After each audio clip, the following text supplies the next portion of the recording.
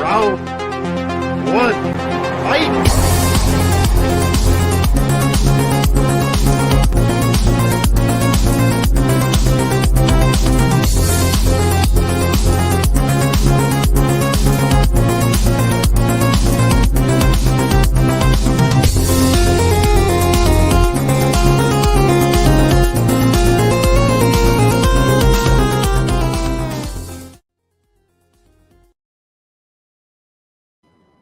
What's up, guys? Welcome to Tournament Fights. This is episode number 90. Tonight we did the closest thing we could come up with to do a unique Thanksgiving-ish episode. Since it is Thanksgiving weekend, there are movies with awkward family dinners or just awkward family scenes. Those movies where they bring someone home to meet the family, all that jazz. So yeah, it should be a fun time. And we have some unique graphics when they pop up. You'll see. I'll leave it as a surprise. But yeah, I'm your host, Jordan, the movie hero Anderson.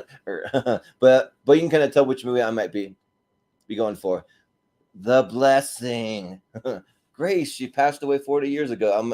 I can quote the Christmas Vacation from beginning to end, so I won't do it here, but I'm looking forward to this. So yeah, we'll go ahead and I'll start with my co-host, Austin Pez Howell. How's it going?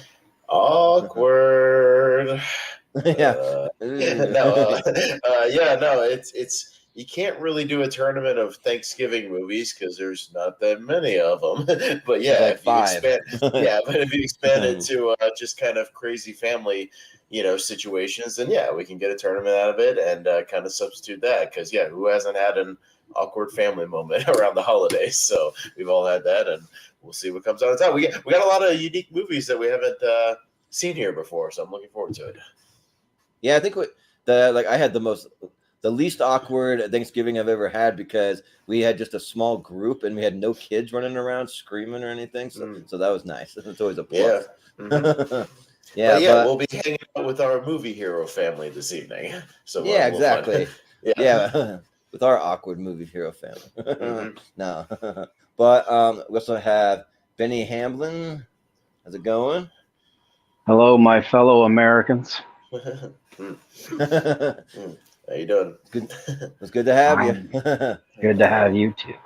All right. Yeah. Yeah, and then we also have Matt Beer. How's it going? Matt? Doing pretty good. Just watched a little while ago at the time of this recording. Watched the U.S. men's soccer team, who is undefeated in the World Cup, by the way. Yes. Go in and tie with mighty England. And then, of course, tomorrow, Notre Dame Fighting Irish going to throttle USC and knock them out of the playoffs. They're undefeated, but they have two ties, which is kind of weird. Yes. Not used to they're that, winless and they're undefeated. So yeah. It's kind of interesting. They're hanging in there, so oh yeah. Yeah. So and then we will have one more person joining us here in just a minute, but we'll go ahead and we'll get started. So Austin, do you want to break it down how it's going to work, and I'll bring it to the bracket? It's tournament fights, so we took 64 movies that, like it says in the title, kind of have awkward family dinners or lunches or situations or just things that make everybody in the family uncomfortable. So we'll see what we've got here, and we'll just go up and down the line every time we get to a fight. Everybody will have a chance to chime in on the movies and which one they will vote for. We try to keep it moving fairly quick, just try to go 20 or 30 seconds a pop, with your choices, and we'll keep things moving and get through as many of these as we can before Benny has to leave us, unfortunately. He's a little bit of a time streak, but hopefully we get to most of them before you got to get out of here. But yeah, and we'll see which one kind of at the end of the show emerges on top, and we'll have a little fun. So let's see what happens. And you can vote for any reason at all. You can vote for the more awkward situation. You can vote for the better movie. Whatever criteria you want to vote for, or the family you think is funnier. Whatever the case is, you can vote for any reason at all. I'll tell you that I watched 2 movies to prep for this, and I'll tell you what they are when we get there. But one of them, I definitely have some thoughts on that I'm kind of like, whoa. So it was kind of out there. So yeah, we'll see. But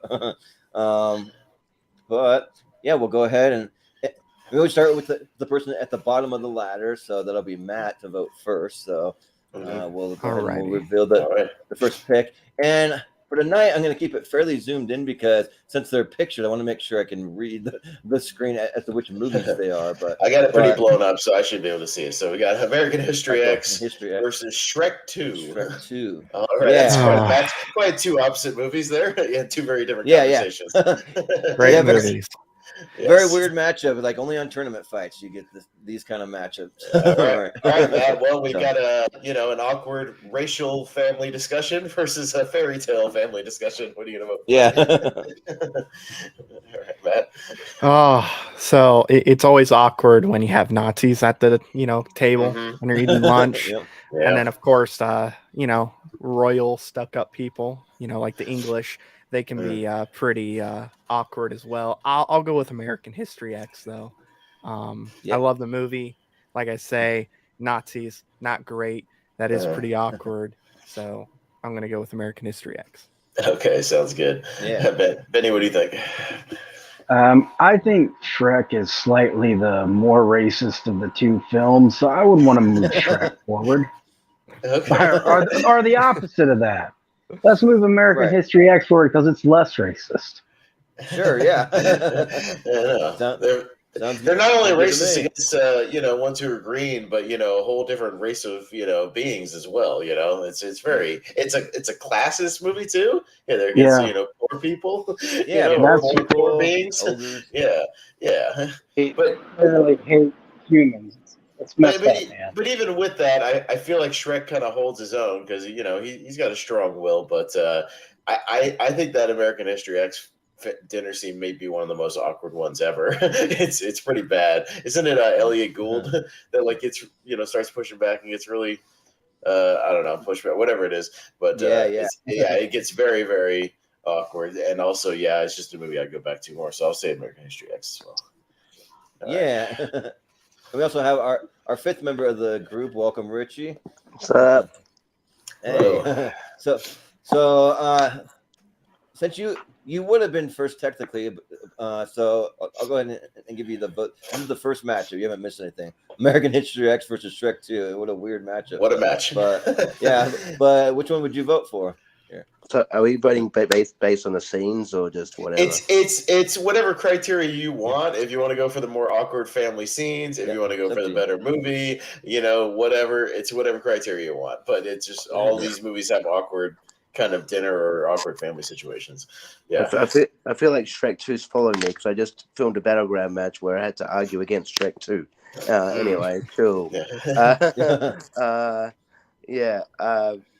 Yeah, I mean, I guess I'll just go with the overall movie because I'm really bad at remembering certain scenes. American History X, I acknowledge American History X for a bit of movie, but it's one of those probably if we did a tournament fight of movies that maybe hard to rewatch, I would say History X is that for me personally. But still, and I like Shrek 2, but still, I would say American History X. But but it's closer than you'd think. Okay. Yeah.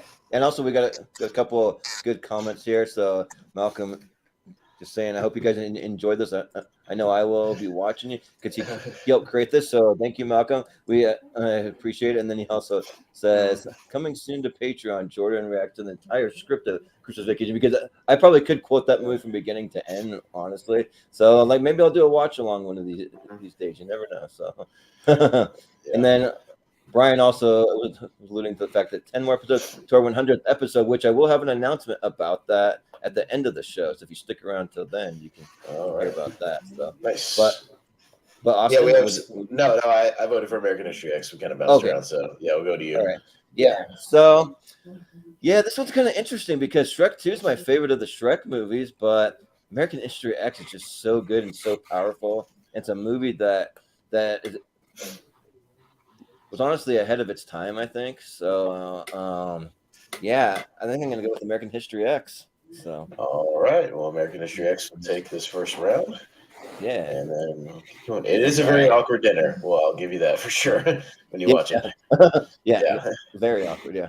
But we have Talladega Nights, The Ballad of Ricky Bobby, All going up right. against Ordinary People. Ordinary People. Okay. So we went with Matt first, so let's go to Yes. Benny on this one. Yeah. What do you got? I would like to move Talladega Nights forward just because there's no joy to be found in Ordinary People. It's a great movie. There's just no joy in it. And this is the holidays. It should be joyful. So Talladega Nights, move forward. Yeah. Well, Austin? Yeah, I will say Talladega Nights, they all do seem very grateful for their Taco Bell and pizza and whatever else they have, during the Mountain Dew, they are very, very grateful for that wonderful feast, and they openly talk about it. So, I mean, if they can find joy with a bunch of fast food, good on them. So, yeah, I'll go Talladega Nights. Yeah. And I'm gonna vote for Talladega Nights just because I haven't seen Ordinary People, because I've heard about the joylessness that it has, and I'm not rushing out to see that. Maybe someday, but yeah, but Talladega Nights, yeah, like they make it awkward, even with awkward prayers about praying to baby Jesus lying in the manger and all that stuff, and like he prays for his smoking hot wife and his 2 kids, Walker and Texas Ranger. So yeah, I think I have more fun with Talladega Nights, so I'll go with that. All right, Richie. Yeah, I mean, Ordinary People is it's awkward, but the whole movie is not really it's a bit of a downer. I mean, at least then Talladega Nights it's more entertaining, and look, you could probably go, it'd be a weird antidote when you grow up, especially the kids. I'll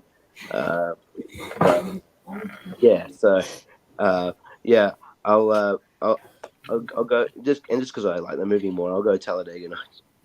All right. Yeah, and then we got the vote for Talladega Nights from Brian, and also he says Chip, I'm all jacked up on Mountain Dew. Yeah.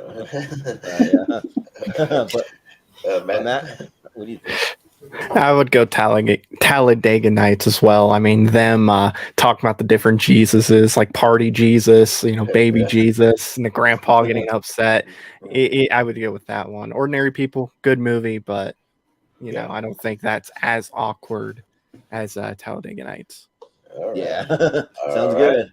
Ricky Bobby, you'll move it forward. Oh yeah, nope. Yeah, he went first. Yeah, so we'll move first. Yeah, that's right. So it'll be Ricky Bobby going fast into the next round. Okay. We got Welcome Home Roscoe Jenkins at the barbecue. Let's see. And then This Is Where I Leave You. So okay. And from Austin. Yeah, I haven't seen This Is Where I Leave You. I've been meaning to because I'm becoming a big Adam Driver fan, but I'm catching up on his filmography.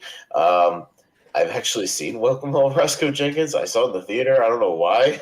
So I'm not really overly enthusiastic about either one. Do you have disposable income or something?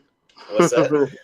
Do you have disposable income or something? Why did you see Welcome Home Roscoe Jenkins? I'm a single dude. I see a lot of stuff in the theaters. Like, I got time. So yeah, just because I've seen it, I'll go Roscoe. But that's my only reason. Yeah, like I'm still also trying to catch up on my Adam Driver, and I haven't seen This Is Where I Leave You, and I have seen Welcome Home Roscoe Jenkins. I didn't see it in the theater, but I saw it after the fact, and that movie is atrocious. The movie's hard to watch. Like I have a hard time getting through it. So, and I love Martin Lawrence. I think he's great, but he's trying his best in this, but I just don't. Doesn't really work for me. I think I saw it now that I'm remembering because it's Malcolm D. Lee who directed it, and he directed Undercover Brother, and I'm a big fan of Undercover Brother. So I think I not that I had huge expectations, but I like them. So yeah. So yeah, I think I'm gonna vote for the one I haven't seen, and This Is Where I Leave You, because that seems like if you put those two in front of me, I'd watch that one. So, but Richie. What do you think? Yeah, well, This Is Where I Leave You is on my, was on my top 64. I gush about this movie a lot. I love This Is Where I Leave You. I think it's a very fun sort of movie, but great commentary about grief and having to come together with your family, who you might not all and deal with their idiosyncrasies. And I think this movie is fantastic. It's really fun, and it's a great sort of comedic turn for Adam Driver. And so Welcome Home, Roscoe Jenkins. I remember it coming out at the theater, and it was one of those things where I think I love Martin Lawrence, but I think it was at the time where he was also on a downturn. I'm like, I don't know if I wanna watch this. So I don't think I have got around to it yet. I don't know if I'll ever will. But I do watch anything, so we'll see what happens. But this is where I leave you is great. So I'll go. This is where I leave you. Okay. Yeah, and also shout out Mike Schaefer in the chat. He's one of Chris Scott, one of our other co-hosts, good buddies, and maybe a potential guest someday on the show. You never know. So we'll see. I mean, it had a really good cast. It was like I remember it has like James Earl Jones and like Michael Clark Duncan. Like there's a reason to like, it's got a good cast. Like I was like, and then I was like, after I was done, So sometimes you never know after you watch. You never know until you see it. I mean, whatever. I see a lot of movies, so I've seen a lot of bad movies. What are you gonna do? Well, Matt, what do you think? I have seen This Is Where I Leave You. I went to the theater whenever it came out when I was in college for 1 year. I'm going to go with that. I thought the scene was pretty awkward. Really good movie. I was pleasantly surprised by how much I enjoyed it. Bateman's great. Driver's great. I mean, everybody's great in it. And you could just feel, not just with the dinner scene, but you can feel that awkwardness throughout like the first 75% of the movie. So I'm going to go with that. Yeah, sounds good.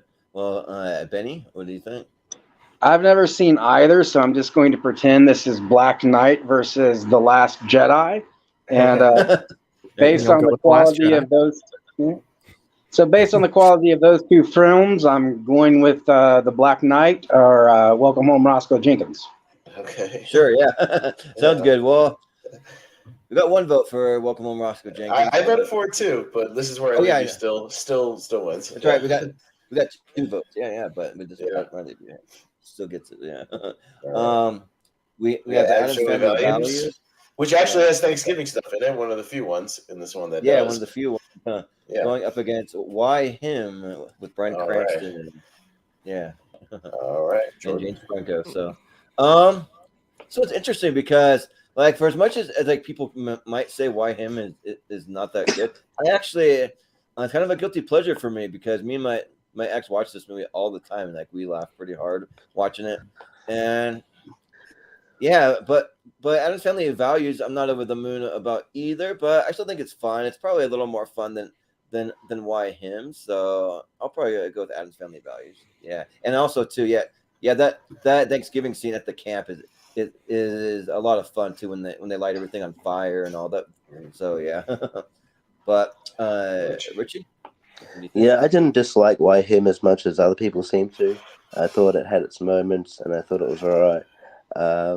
But yeah, I guess the better film in this case, and if we're doing this category because of Thanksgiving for you guys, probably Addams Family Values probably fits this category. That scene probably fits this more than any other movie film that that's going to come up here. So I'll go Addams Family Values. Yeah, but I will say that Why Him seems pretty awkward when he has his chef because James Franco's this rich guy and he who like creates apps or something, and he has to shipping out kind of like micro things or some kind of things in like test tube beaker things. It's really weird, but Matt, what do you think? Yeah, I'm gonna go Addams Family Values. Even though I think it's just a fine movie, and it is pretty awkward. I mean, look at her; she's dressed as a turkey. Even though it is a little awkward, I don't like Why Him. So just I guess for faith in myself, I gotta go with Addams Family Values. Okay. Yeah, and also I'll be right back. Yeah, let's shout out my friend Michelle in the chat. Vote for Addams Family Values. So yeah, but Benny, what do you think? I think semi-incestual sociopaths doing a violent reenactment of Thanksgiving is always more awkward than a couple of rich douchebags eating at Thanksgiving. So I'm going to go Addams Family Values. Yeah. Yeah. Yep. And Austin. Yeah, I think I'm gonna make it a clean sweep as well. I really like Adam's Family Values. I like it a lot more than the first one, actually. I think the first one's just kind of okay, but I think they really stepped it up in this one. Yeah, and I think all that stuff with Peter McNichol and Adam's Family Values is great, and and that reenactment is a lot of fun. So yeah, good stuff. I'll go with it as well. Yeah, so clean sweep for Adam's Family Values. Yeah. Then we have Four Christmases. Going with My Big Fat some Greek John Wedding Favreau right there. With my Big Fat Greek Wedding. All right. All right. So I think we're back down to Richie. Richie. Yeah.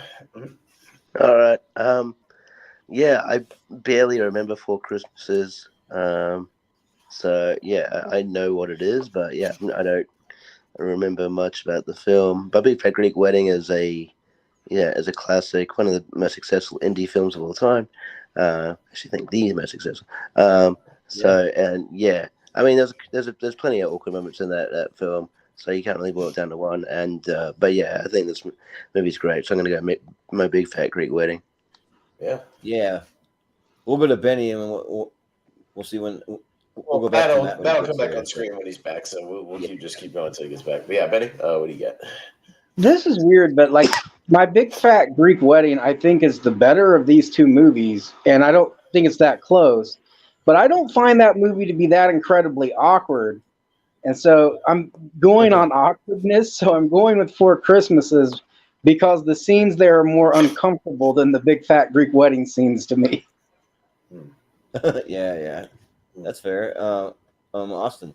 Yeah, I think they both have really good family scenes. I mean, I do think there's some, uncomfortable stuff when what's his name brings his parents to the Big Fat Greek Wedding thing, and they bring like the bundt cake and all that, and they're getting drunk on accident, and kind of they're trying to feed him the Greek meat and all this stuff. Like, there's some good stuff there, and like all the clash of styles. Plus, My Big Fat Greek Wedding's in my favorite movies of all time list. Like, I love that movie to pieces.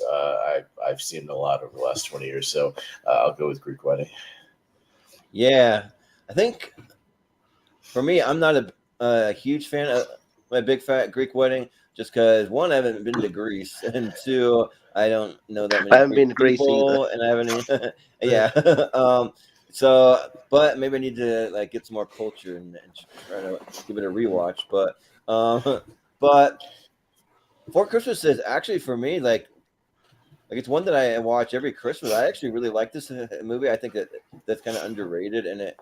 And my favorite thing is when they go to the house with John Favreau and all those guys, but it's Robert Duvall just being like grumpy old dad, and they're trying to give him some kind of satellite dish with all these channels. He's like, just with my rabbit ears, leave it alone, leave it the hell alone. And then they try to install it, and they're falling off the roof and ripping the TV out of the wall and all that stuff. It's fun. So yeah, and then just all the different families that they have to interact with. So yeah, I'll go with Four Christmases. All right. Well, Matt, you're back. We're voting on Four Christmases versus My Big Fat Greek Wedding. What do you think? Your mic is off, I think, unfortunately. Oh yeah, my phone was vibrating, so I muted my end. I'll go with My Big Fat Greek Wedding, because if I did not, I would no longer be a part of the family. Okay. All right. Fair enough. Well, Greek Wedding, we'll move on 3-2. Yeah. Greek Wedding. All right. So next we got Home Alone. The first one, the original, going up against Funny People. Funny People. So, all right. Yeah. So we're up to Matt on this one. What do you think? Yeah. Oh, that's tough. I will go, because I watched it today, Home Alone. That was a pretty awkward dinner scene. I don't remember too much about Funny People. I kind of know the basic plot of it. It's been a while since I've seen it, but I'll go Home Alone. Yeah. All right, Benny. Well, Benny, what do you think? Funny People is in my top 5 worst major motion picture releases of all time. I hate that movie with the passion of 1,000 suns. The people that made that movie should be beaten with sticks in public as an example to other artists. So Home Alone could go forward. Okay. Yep. Yeah. Funny Austin. people. Yeah. Fuller, go easy on the Pepsi. And he just, and he just gives him that look. No, it's great. I mean, that is a good scene. You know, just look what you did, you little jerk. I mean, the whole family just turns on him that scene. It's a very awkward stare down. Yeah, obviously from that screenshot that Malcolm got. Yeah, I don't even remember that particular scene in Funny People, to be honest. So I couldn't even tell you the context of that one. So yeah, I'll also go Home Alone. Yeah. Yeah. Yeah.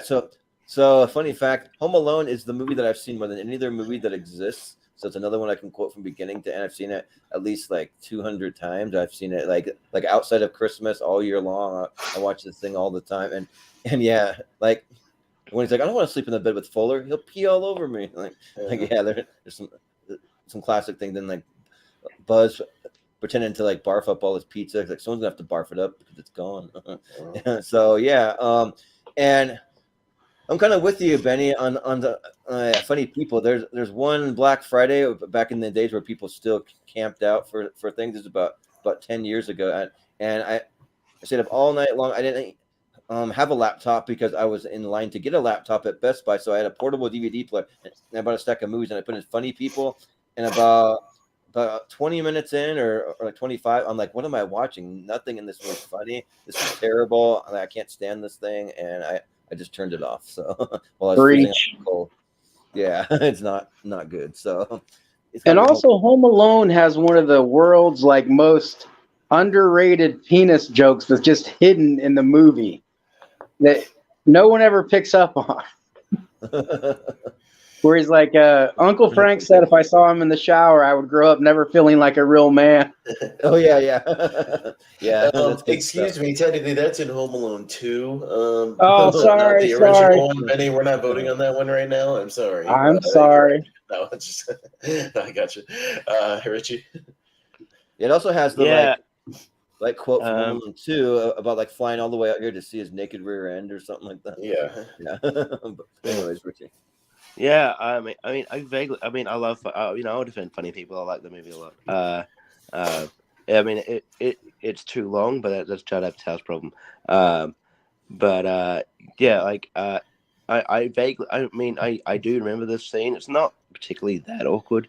It's just, like, I think it's where like Leslie Mann's character has like a new boyfriend. It's Eric Bana, and yeah, like. And like they're just sort of and he's just sort of like he clearly doesn't fit in with everyone else, and and then they eventually him and Adam Sandler eventually have a fight. That's about it. But like they don't have a fight at the like the family at the get together or whatever. They go outside. So it's not, I don't know, in terms of awkwardness, it's not that awkward. But yeah, the Home Alone scene, it definitely is awkward. And it's sort of a more iconic scene. Yeah. So yeah, I'll go Home Alone. All right. Well, it's another clean sweep for Home Alone. Clean sweep. All right. Let's see. Up next, we got Father of the Bride Part 2.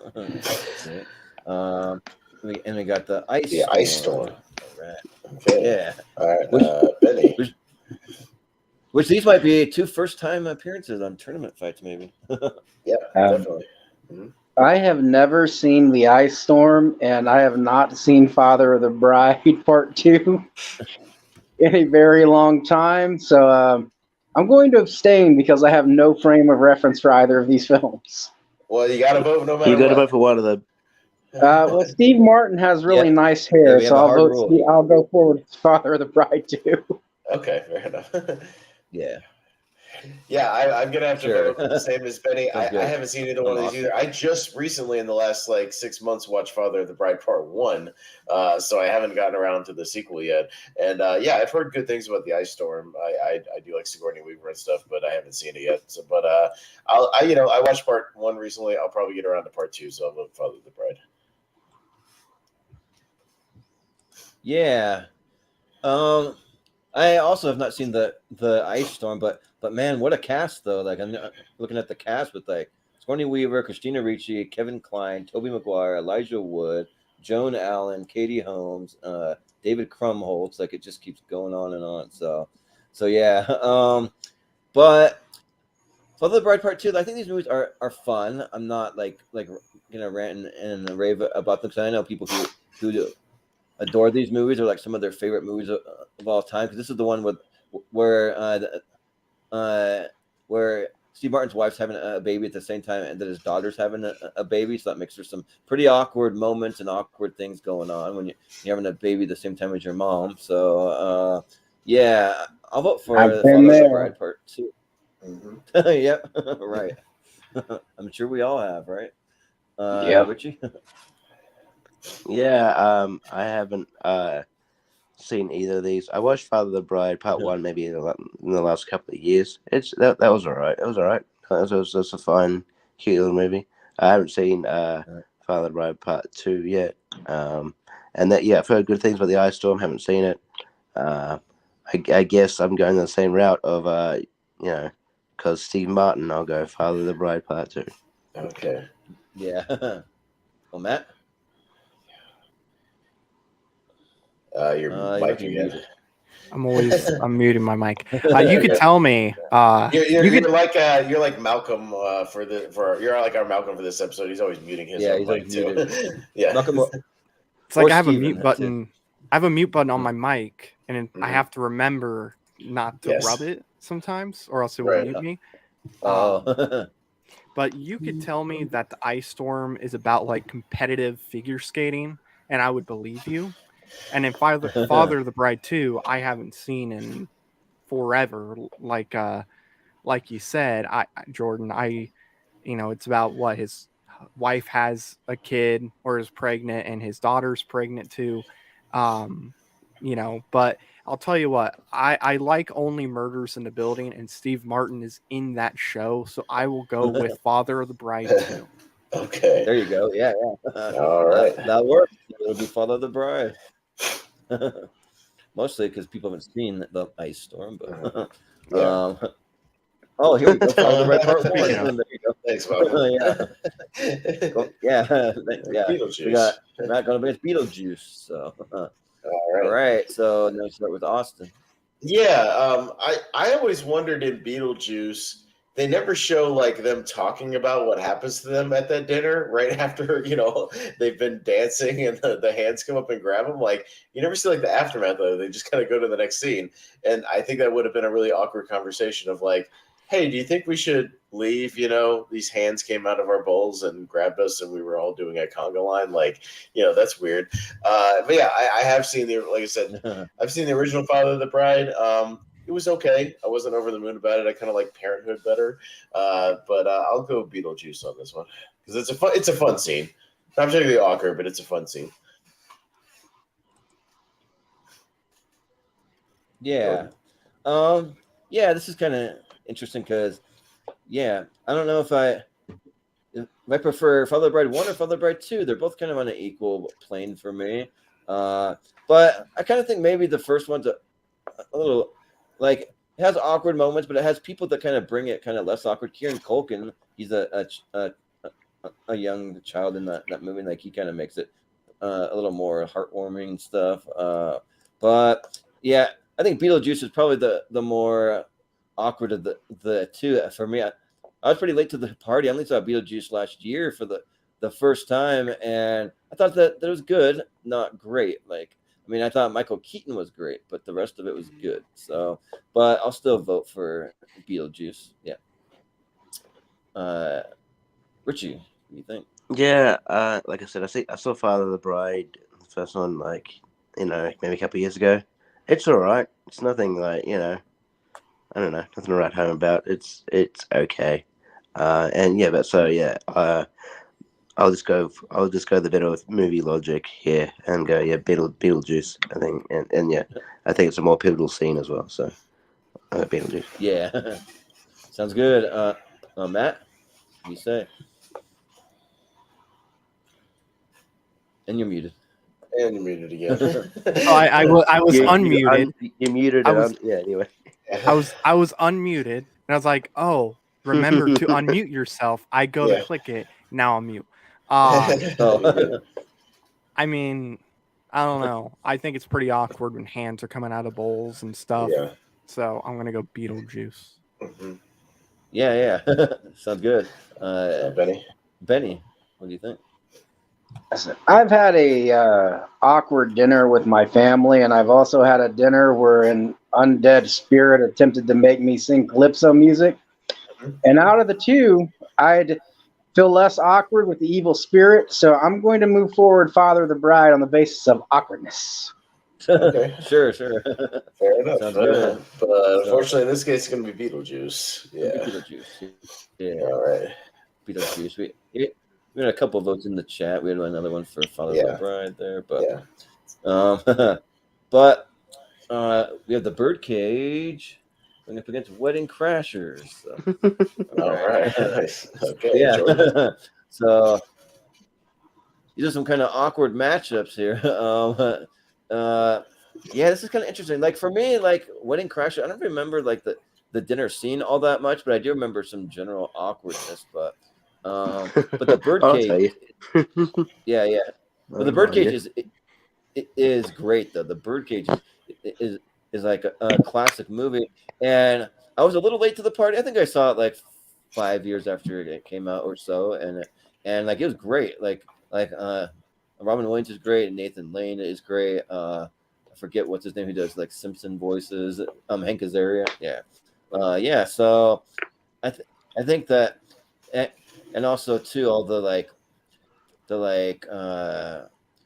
LGBT stuff in there kind of makes for kind of awkwardness too. But it works though. It actually does work. So I'll go with the Birdcage. Yeah. All right. Richie. Richie. I mean, it doesn't get much more awkward than what happens at Wedding Crashes. Yes, so yeah, that's the scene where Isla Fisher, I jerks Vince Vaughn under the table. Oh, that's what happened. I totally forgot. Yeah, in front of the family. It's pretty funny scene. Honestly, Birdcage is probably the better movie, but I love that scene in Wedding Crashes. I'll go Wedding Crash. Yeah. Well, Matt, what do you think? If this was a like just awkward scene in general, not even movie scene type of thing, Wedding Crashers would win with the whole bed scene and the tummy sticks. That would win. That was one of the funniest scenes I've seen maybe in a movie. But that scene still at the dinner table is still super awkward. I mean, the picture, it kind of gives you an idea of what's going on. So I'm going to go Wedding Crashers. Birdcage, good movie. I like it, but I got to go Wedding Crashers. Yeah. Benny. Yeah, I'm going with Wedding Crashers. Any movie where your girlfriend's mom is trying to hook up with you, that it ramps up the awkwardness of the entire film. So I'm going with that. Yeah, sounds good. Austin. Yeah, I was going to say something similar to Benny in that there's a ton of awkward just interactions with Jane Seymour as well, like just throughout the house and throughout the movie, and just general awkwardness like all around there. So, and yeah, it's a good movie. I'm desperately due for a rewatch on the Birdcage. I haven't seen it in like 20 years, so I'm due for one. But I'll go Wedding Crashers. Yeah, in the Birdcage here. Quote Martha Graham. Yeah, that's good stuff. But I think it's gonna be Wedding Crashers. Yeah. So. Yeah. All right. So up next we got My Best Friend's Wedding, going up against Mrs. Doubtfire, where they're at the restaurant. That's the scene. All right. So Richie. Yeah, I've seen My Best Friend's Wedding. I don't remember a lot about it, but yeah, Mrs. Doubtfire. Yeah, that scene is pretty awkward. It's sort of like it's quite an iconic scene at this point. Yeah, where he's like, going back and forth, dressing up, getting out of his Mrs. Doubtfire get up to have a meeting, but then what having to go back to the family and put the get up back on because that they booked at the same restaurant, and when his it all comes undone for him. It's very awkward. I can imagine a more awkward situation. So yeah, I go Mrs. Doubtfire. Okay. Yeah. Well, Matt. I'm gonna go Miss Doubtfire too. I don't remember too much about My Best Friend's Wedding. I do remember a little bit of the end of the movie, but not really anything with the dinner scene. I'll go Miss Doubtfire though. Yeah, sounds good. Benny, what do you think? In a panel with 5 dudes, my best friend's wedding never had a chance. So move forward, Miss Doubtfire. Yeah. Yeah, yep, exactly. Austin. Yeah, I've never gotten around to seeing My Best Friend's Wedding. I probably won't ever get around to seeing My Best Friend's Wedding. But yeah, Mrs. Doubtfire's fun, and that scene is classic, like old school screwball comedy situation, where he's trying to bounce back and forth between the things. But I do think it's funny when he keeps coming back to the table. He's just progressively more and more drunk from pounding shots with Mr. Lundy, of bourbon. So it gets really fun, and his little snide comments with Pierce Brosnan, are great. So yeah, I'll go Mrs. Doubtfire. Yeah, well, yeah. Which, by the way, Pierce Brosnan does not deserve like the just trashing he gets throughout that movie. He's a good guy. Yeah, he's very nice to those kids. He genuinely likes dating someone he wants. Yeah, he genuinely likes Sally Fields. He treats everybody like kings and queens in that movie, and he just gets shit on the entire time. Yeah, right. Yeah, and I think I've seen My Best Friend's Wedding at some point. I don't really remember much, like if anything, about it. I just remember a video with John Campea where we're saying it's one of the movies that makes him cry. So I guess there's that. But yeah, Mr. Doubtfire is great in it, and yeah, you can't get more awkward than one of those classic scenes where you're changing in and out of a costume, pretending to be 2 different people in the same place, So yeah, it's awkward, but it's fun. So yeah, I'll go Mr. Doubtfire. All To right. be fair to Campea, My Best Friend's Wedding does have like a man cry moment in it. Oh, okay. So Okay. to be fair, Yeah. Sounds good. Yeah. Well, coming up next, we got Nothing But Trouble, going up against the Nutty Professor 2 is what it is. So Okay. All right, Matt. and Matt. Yeah. oh, 2 movies I haven't seen, but I believe that's John Candy and Nothing But Trouble. So I'm gonna go with Yes. that. I believe that John Candy as the female too in that. I always wondered that. Yeah, he plays multiple roles. Yeah. Well, Benny, what do you think? So, in Nothing But Trouble, it's not a movie that I love, but there's in this dinner scene, they're eating hot dogs, brats. I love hot dogs. I literally had them as the meal at my wedding. That's how much I love hot dogs and brats. And they made hot dogs and brats uncomfortable. That's how creepy this dinner scene was. So on the level of creepiness, Nothing But Trouble must go forward. Yeah, exactly. Austin, what do you think? Yeah, Nothing But Trouble is a very disturbing, weird movie because it's Dan Aykroyd's makeup in that movie is just hard to look at. It's just like they stumble upon this mansion. It's just some really weird shit going on. I know it's gotten like a kind of a cult following over the years, but it's a pretty bad movie. I like both the Nutty Professor movies. I think the original one is superior to the second one, but that particular scene, when they show up to like the Sizzler buffet is pretty good, but it gets into some awkward stuff. And the older grandma with her Isaac, Isaac, you gotta eat your soup because you're gonna need your strength. It just gets really, really awkward. So yeah, I'll go with that one. Yeah. Both these movies are very hit and miss for me because actually I watched Nothing But Trouble yesterday for the first time ever because I just picked a random movie to watch from the list that I hadn't seen and it had John Candy in it, so I wanted to check it out. And this movie is weird. I'm also very hit and miss on Dan Aykroyd. He has some amazing roles, but then he has some kind of weird ones, and they're I'm not sure if I like. And this one, I'm on the fence. I'm 50-50 because man, is he playing a weird character in this? And then they're just in this weird house with all these contraptions and mechanical things moving all over the place for whatever reason. It's just a really weird movie, but I do really like Chevy Chase and Demi Moore in it, though. I think they're great in it. So, and another Professor too. For for the most part, I probably don't like this movie, but it has some lines that just kind of get you though.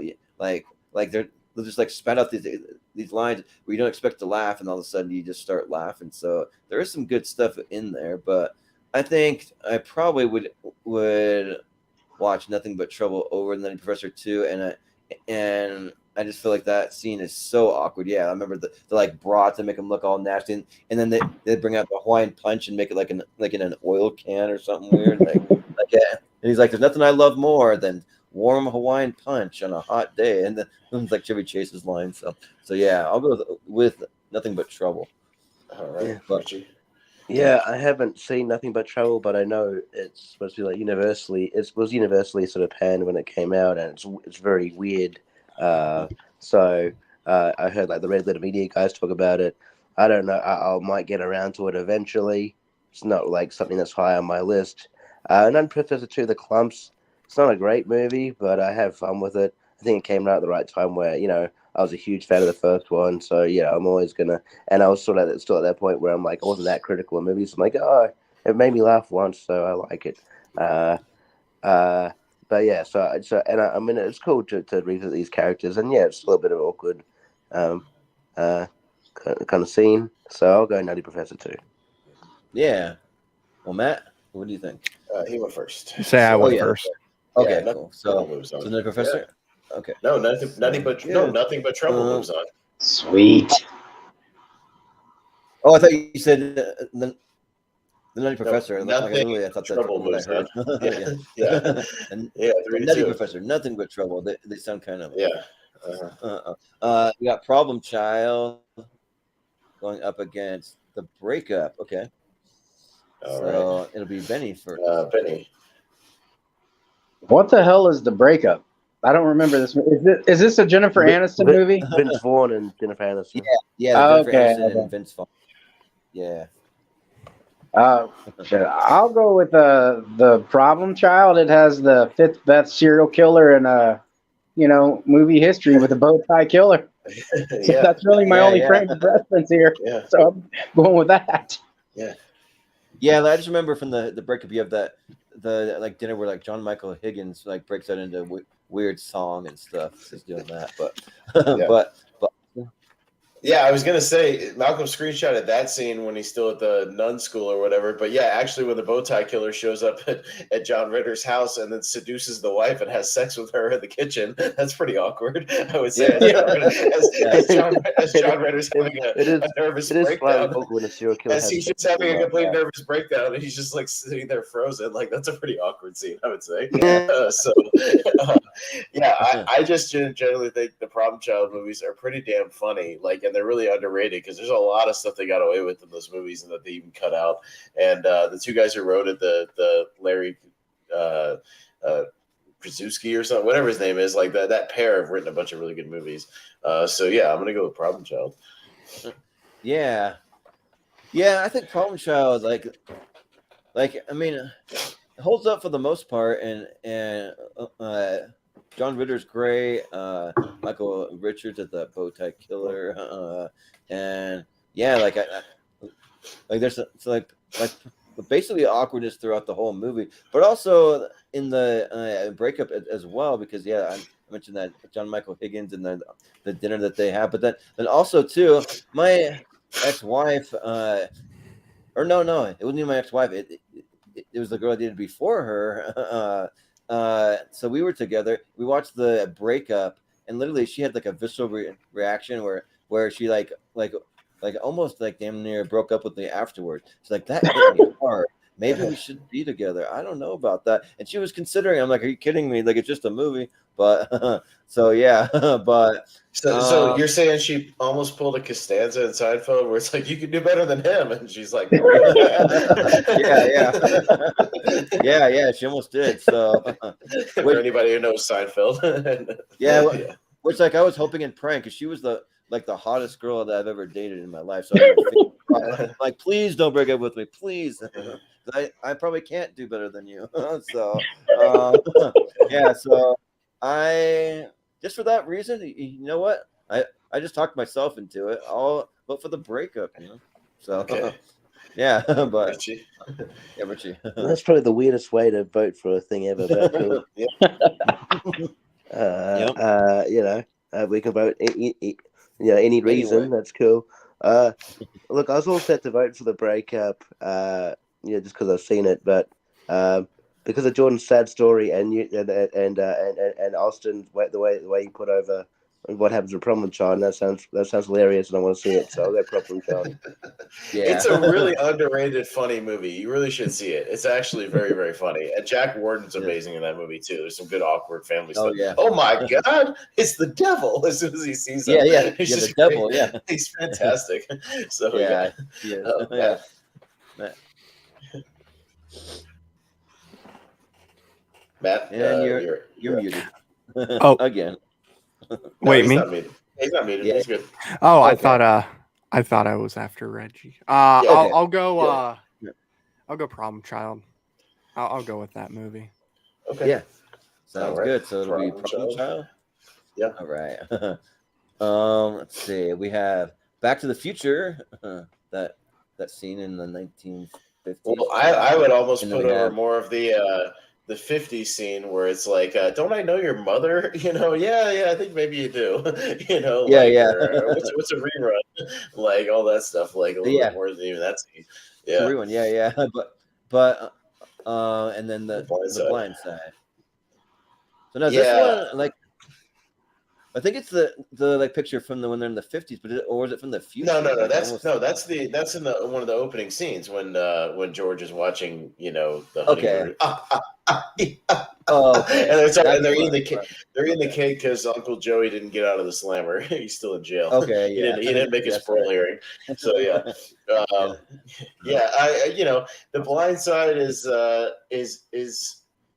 not great. It's one of the lesser like Oscar movies, and it's got some decent performances, but yeah, I haven't gone back to it since I saw it in the theater. And yeah, Back to the Future, even if we're just basing it on the dinner scenes, like that one's got some classic lines and moments, and then yeah, even the 50s one later on is pretty good too. So yeah, I'll go Back to the Future.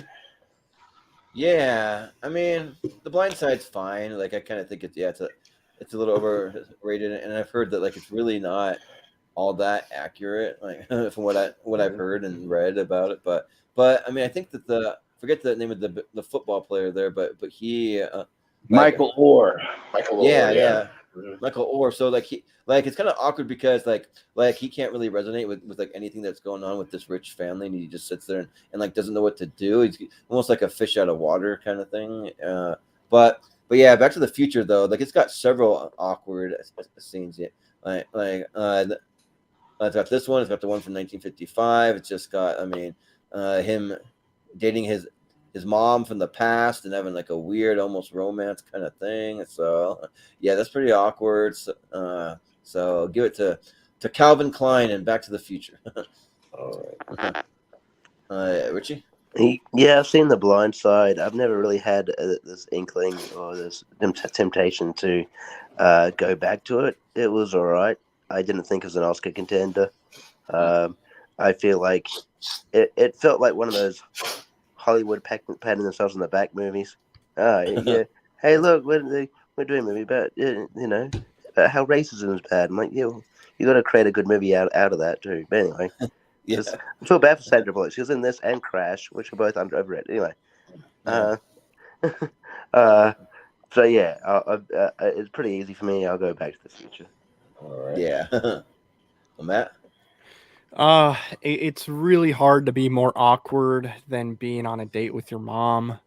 It really is. I mean, what do you go with here? Do you go with the white savior movie, or do you go with the whole scene where you're dating your mom? I'll go Back to the Future. Yeah. Well, Benny. Yeah, I'm kind of torn on this one because, like, The Blind Side, I feel like the entire movie is it's really awkward. You can, I'm not completely in tune to, like, subtle racism. I don't pick up on it always in movies, but on this one I did. I felt like it was really glaring. But in the Back to the Future, the dad is eating peanut brittle as cereal in that opening scene. Yeah. And I think Yeah. that is perhaps the most awkward thing a human can do. So I'm going to go with Back to the Future based solely on that. Yeah, sure. Yeah, Yeah. and by the way, people don't. There was a Gross. deleted scene where George bought that peanut brittle from like a door to door like Boy Scout kid or something because he was like almost guilted into it awkwardly. Yeah, like the guy like guilts him into it, and he just like ends up buying a whole bunch of it. So he keeps trying to pass it around to everybody because he bought too much of it. So that's why he's eating it like cereal. Yeah, I did not know that. That's awesome. yeah. Yeah. But Moving on. but shout out to Crispin Glover, one of the actors that makes things more awkward in almost every movie he's in. So yeah, but we got The original the Addams Family, the original, going up against Surviving Christmas. Okay, with Ben Affleck and James Gandolfini, all those guys. So Jordan, is it me first? No? Yeah. Okay. Well, I've not seen Surviving Christmas because, like, everything that I've seen from it just looks bad. It doesn't look good, but you never know. Like maybe you give something a shot and it's better than you think. But I don't know. But yeah, the Addams Family. I mean, they're just an awkward family. Like it's a movie about an awkward family that just does dark and awkward things, and it might not be awkward to them, like it's normal for them, but to the rest of the world, just watching from the outside, it's pretty awkward. So I think I'll just go with the Addams Family. So okay, Richie. Yeah, I got no like real big reason to vote for either one. I mean, like, yeah, I haven't seen Surviving Christmas. One of the few Ben Affleck movies I haven't seen. But yeah, I'll go. I can't remember the scene from Addams Family because I haven't watched Addams Family in a long time. But because I've been watching Wednesday and it's pretty good, I'll go with the Addams Family. Okay. Well, yeah, I got to check that out. But yeah. Also, shout out to Moose in the chat. He just says peanut brittle cereal. Sign me up. Yeah. Right. Easier. Well, just try it and let us know what you think, Moose. Matt. I will go with Surviving Christmas only because of James Gandolfini. I haven't seen the movie, but I got to respect the legend. Yeah, sounds good. Benny, what do you think? So like this is the battle of like two actors that like died really, before their time. And so if I'm weighing the two on the scale, I'm gonna have to lean towards Raul Julia. Like if I'm bringing one back solely on their filmography, I'm going with Raul Julia. Yeah. Yep, makes sense. Austin. Yeah, like I said earlier, I'm actually not a huge fan of the original Addams Family. I don't think the movie's. I think it's kind of boring, honestly. Like that's why I like Values more. I think it kind of, like does the thing a little bit better. Surviving Christmas is not great, but I think it's also kind of underrated. Like it's not bad. Like I think there's some definitely been awkward stuff because he hires this family to just like be a part of their Christmas, and it gets really awkward. And James Gandolfini like hates him like to the core, and you feel like he's gonna go true romance on him at any time and just like beat the shit out of him. Like it's kind of interesting. So I'll give some love to Surviving Christmas. I think it's a little underrated. But Addams Family will move on. So yeah. Right. Addams Family. Let's see. We have the Family Stone against Edward Scissorhands. So, Richie. We're back to Richie. Yeah. All right. Yeah, I think I've seen the Family Stone once. Yeah, there are a few people who I know who cashed for this movie. I thought it was all right. Whatever, it was fine. Yeah, but Edward Scissorhands. Yeah, I would say that given trying to eat dinner with Scissorhands. I've never done it before, but imagine pretty awkward.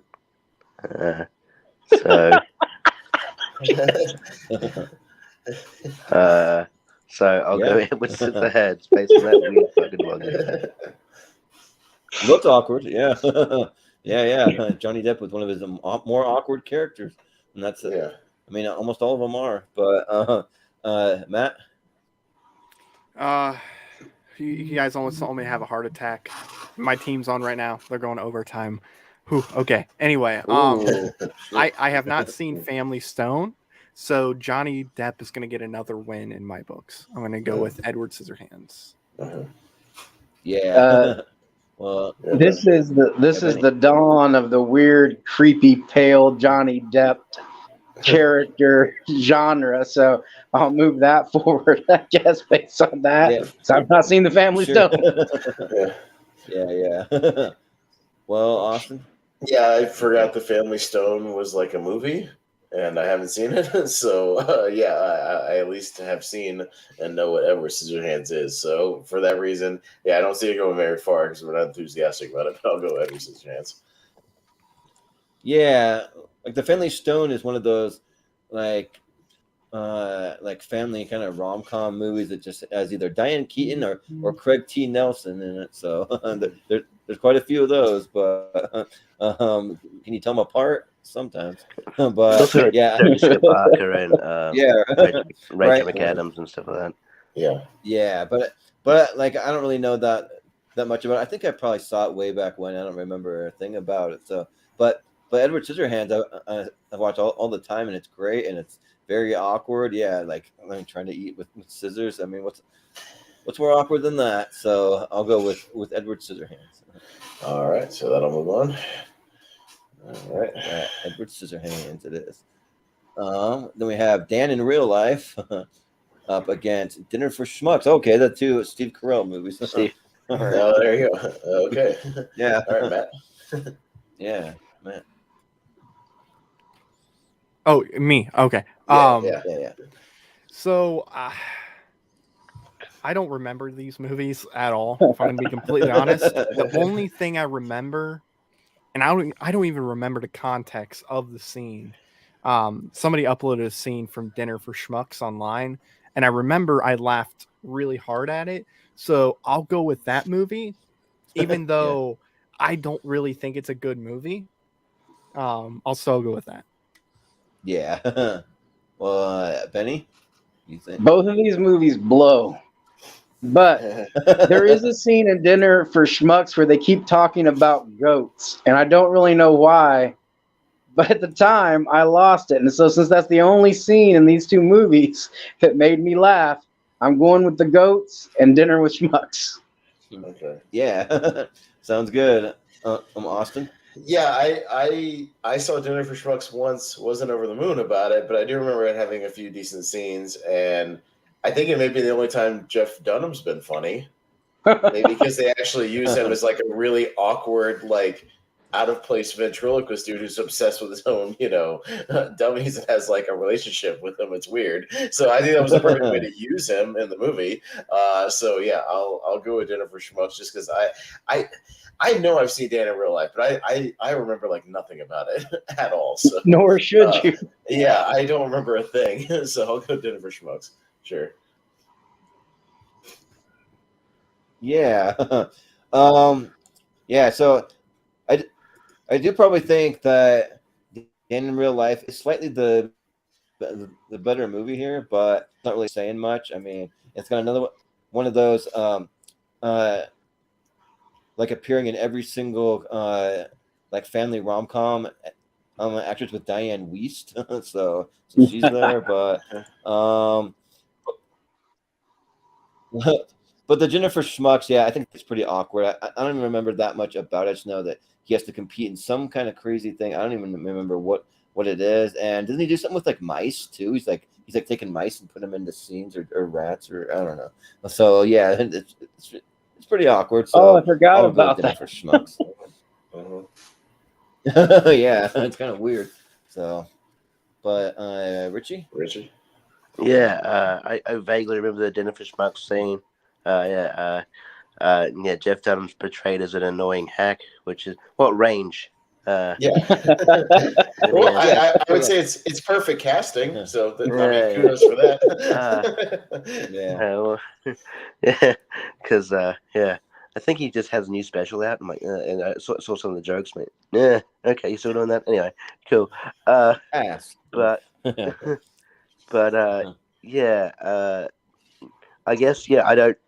again, I think I'm in the same position as Austin. I think I've seen Dan in real life. I don't remember. I know Steve Carell's in it, and I think Dane Cook's in it. That's all I remember. But yeah, so I guess the Dinner for Schmucks because it's more memorable, but it's not a good movie. So I'll go Dinner for Schmucks. All right. Yeah. Well, I think we agree. Jeff Dunham just needs to go to Vegas already and set up his residency so that if you want to see him, you go to him and he just stays there. You know, like Carrot Top. Just go and stay. That's fine. Yeah, maybe he can be a duo with Terry Fader over there with his puppets and all that stuff. Yeah. But that's the end of that side. Okay. So we'll move it on. Okay. We have. Here we go. Guess who? That one with like Ashton Kutcher and Bernie Mac up against Rocky Horror Picture Show. So, Okay. and it'll be a Benny first. Yeah. Well, one movie is a perversion of a classic, and the other movie is a classic. So I guess I'll go with the one that is a classic, and Rocky Horror Picture Show. Yeah, sounds good. Austin.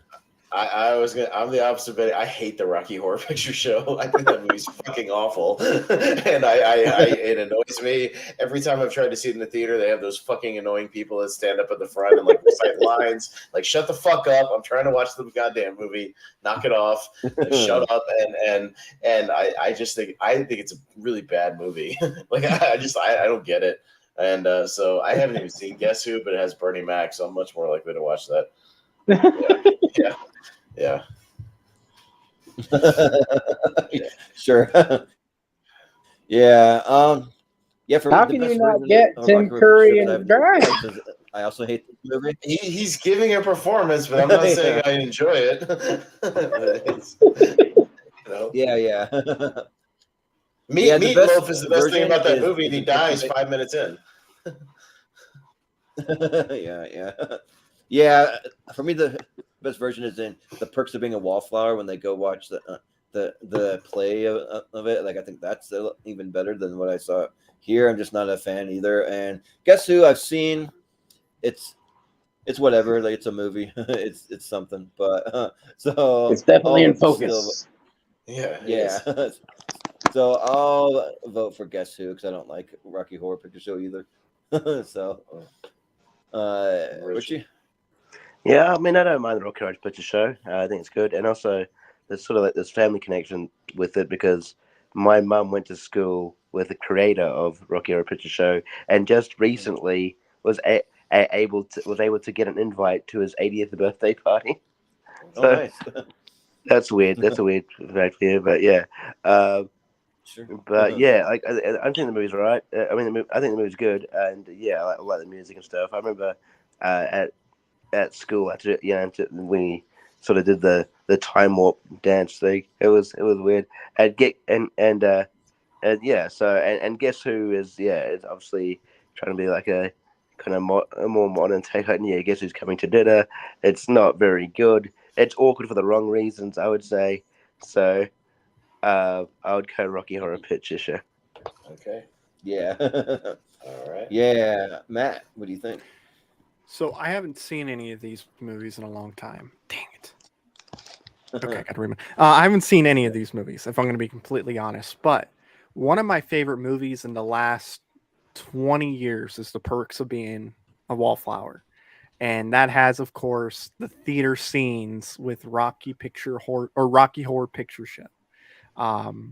It has one of my favorite scenes in a lot of movies involving Emma Watson, and that I won't go into detail to respect the terms of service. But I will go with Rocky Horror Picture Show because it was in Perks of Being a Wallflower, one of the best movies in the last 20, 25 years, and it is a movie that will make me cry. Yeah. Right. Sounds good. So, is it Rocky Horror? Yeah, unfortunately. Yeah. Yeah. Not a fan. But anyways, Step Brothers. Step Brothers up against Son of a Woman. There you go. Okay. Yeah, I believe Austin. Yeah, I've been meaning to get Descent of a Woman for like 10 years now, and I still haven't gotten to it. I will watch it eventually. It'll probably be something where I'm kind of forced to eventually. I think if we had kept going with our Oscar series, Jordan, which we kind of broke off for a little while, I would have watched it for that. Haven't seen it yet, but yeah, I'll go Step Brothers because yeah, that scene is awkward when he just keeps dumping the ketchup all over his food. Like that makes me laugh. Like he just keeps going and going and going and going. So he's got like a mountain of it, and there's some good stuff there. So I'll go with Step Brothers. Yeah, it's kind of interesting because I think I watched The Son of a Woman like pretty recently. It was like 2-3 weeks ago for the first time in it, and yeah, that dinner scene does get pretty awkward with Bradley Whitford just like arguing back and forth with Al Pacino. I mean, and Al Pacino's being a kind of like cocky, pretentious kind of guy, but like Step Brothers, yeah, that just gets me every time. Like when they find out that their parents are getting divorced and they're grown men and they're crying like that, just freaking out over everything. Like yeah, it's pretty awkward. So I'll go with Step Brothers. Richie? Yeah, I haven't seen Scent of a Woman. I don't even know if I'll get around to it, but yeah, I go maybe eventually. Again, maybe in the context of maybe I have to watch it for Battleground or something. I don't know, or something You similar. have to watch it. Otherwise, yeah, I don't know if I'll get around to it. Yeah, so Step Brothers, and yeah, that's a pretty awkward scene. So I'll go Step Brothers. Yeah. Well, Matt? I'm gonna go Step Brothers, for sure. That scene where they're trying to one up each other and kind of hurt each other, it's really funny, really awkward. I love that movie. Has one of the funniest little quotes in a lot of movies in that scene too. So I'm gonna go with Step Brothers.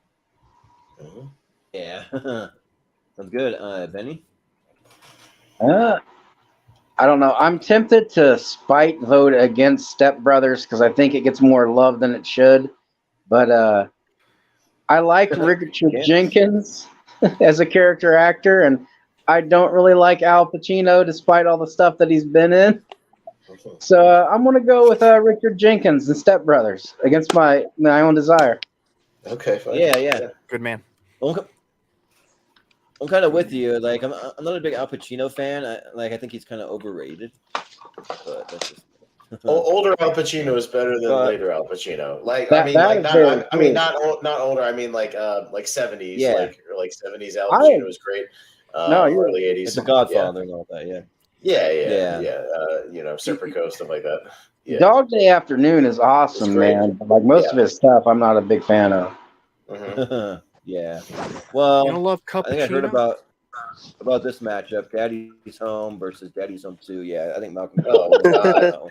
Can we just pass like the whole So, matchup? Yeah, just pass. Which one's the Just worst? pass movie? altogether. We're trying to put well, I don't know. Go ahead, We can go Jordan. around real quick. You can lead off. First. The only thing that I'm gonna say is that Daddy's Home 2 has John Lithgow in it, and like Will Ferrell's doing some weird things with his own father, like kissing and other weird stuff, and it's very, very awkward. So I think for that alone, I'm gonna go with Daddy's Home 2. Okay. Richie. Richie? I guess I'll just go with a better film, and that like they're both not wonderful. I mean, I think Daddy's Home, the first one has its moments, but Daddy's Home 2 is fucking awful. So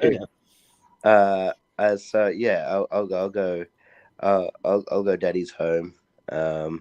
Yeah, I think it has its moments. So yeah, but like yeah, it's not like with any passion or anything that I'm going through. But yeah. Yeah. Well, I don't think like any of us have really any passion going here, but Matt. So I actually like Daddy's Home more than a lot of people. I will say that. I have a good time watching that movie. And I will say, even though I don't like Daddy's Home 2, I think there's some really funny moments in that, like the thermostat scene. It's super relatable. That was real funny. Isn't that the movie where Will Ferrell's dad is the pilot? Or whatever. I can't remember what the pilot's name is, but Tom Hanks was in the movie about him. I can't remember who it was, but it was like the plane was going to crash into something, and he had to land it in Sully. the lake. Yeah, Oh, what Sully, is it? yeah. His Sully. dad was like Sully or whatever. Oh, There's some funny stuff in that movie, but I'm going to go with the first Daddy's Home. I think it's the better movie. I think it's a little underrated. I don't think it's a great movie, but I have a fun time with it, so I'll go Daddy's Home. yeah. Benny, what do you think? I have no passion on the decision, but I'm gonna go with Daddy's Home simply because, like, when Mel Gibson was in it, it was before he had semi been forgiven by Hollywood, so the media coverage around it was much more awkward than with Daddy's Home too. Yeah. Sounds good. Austin. Yeah, I'll go with the original Daddy's Home just because it's like the scene in Jurassic Park where they're walking around all the piles of shit and one's bigger than the other one. So I'll go with the one that's not as big, and I'll say Daddy's Home. Yeah. Well, what are the votes here? I'm like the original one. Okay. Yeah. Right. Yes. Sure. Sounds good. Then we got American Beauty up against the Nutty Professor, the first one. Okay. Yeah. All right, Richie. I mean, American Beauty is a good movie. It's pretty hard to watch these days, especially who's in it. But it is a really good movie. But that Nutty Professor scene is iconic to me. You know what? People who say farts are low about humor. Yeah, sure, but fuck it, they're funny. Hey, so farts all over the place. Yeah. I think it's really funny scene, and also shows Eddie Murphy's like talent to play all these people. Nutty Professor is a great movie. You might see it in my top. My second installment, 128. Who knows? Anyway, Nutty Professor. Yeah. Well, Matt, what do you think? So, if we're gonna go by definition of awkward, it has to be American Beauty. Seeing Kevin Spacey is awkward in a movie, and the character that he plays and who he's into is also kind of awkward as well. And there's a lot of awkward things in that movie. I don't remember much of the Nutty Professor, if I'm going to be honest. It was one of those movies I watched when I was a kid, and I didn't watch it after. So I'm going to go with American Beauty, simply because that is one of the most awkward watches you could have, even before all the stuff came out. It was just super awkward. So I'll go with that movie. And I hope to God something is more awkward, because I do not want to vote for Kevin Spacey again. Yeah. Well, Benny, what do you think? I think Matt hit it on the head. Like, if you give me a choice of which of these two movies I would rather watch tonight, it's Nutty Professor 1 million out of 1 million times. But if you're asking which one is the most uncomfortable to watch right now, especially with what happened afterwards, it is American Beauty. It may be the front runner in the awkwardness competition. Yeah, right. All right, I'll be right back, guys. Okay. Sure, yeah. Austin. I've seen American Beauty once. Yeah, it was a decent movie, but I feel like y'all are retroactively putting your thoughts like Kevin Spacey on the actual movie. But I will say, I think people are forgetting there's the second Nutty Professor scene in the movie where Jada Pinkett goes with him to the family scene, and it gets really awkward because then the grandma's like, "Are you and Sherman having relations?" And it starts getting to a weird thing where it's just like, "You're gonna marry my boy," and it's just like, she's like, "When you get all that energy that's been built up for 35 years to want it, whoo, I think a head blow off." Like, that shit's pretty damn funny. Like it gets really, really awkward. So I just think the movie's funnier and more enjoyable. So I'm gonna go with Nutty Professor, actually. Yeah.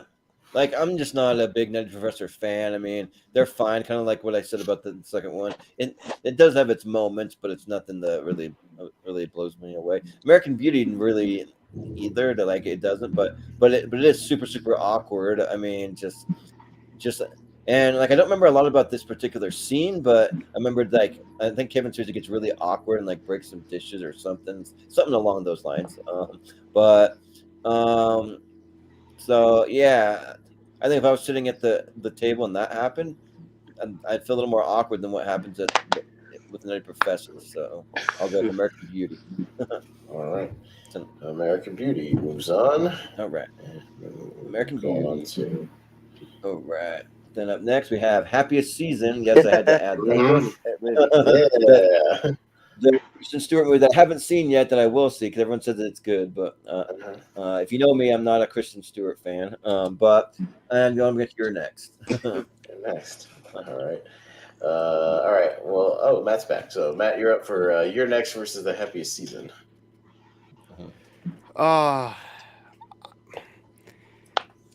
Is Your Next the movie that came out like 5 or 6 years ago? It's actually more than that. Killers It's about almost like 10 15. years ago, right? It's actually almost 15 years old. Yeah, it's Okay. about the family of all the mass that comes in and tries to kill everybody, but she fights back. Yeah, that's that movie. Okay. It's been that long? Jeez. In 2009, so yeah, actually it has. Yeah. I'll go with that because I do vaguely remember that movie. I have no idea what Happiest Season is. Is it a Valentine's Day movie? Is it a Christmas movie? It's a Christmas movie with Kristen Stewart and what's her name? Is the girlfriend? Kate. Is it Kate Mara? Or no? Yeah.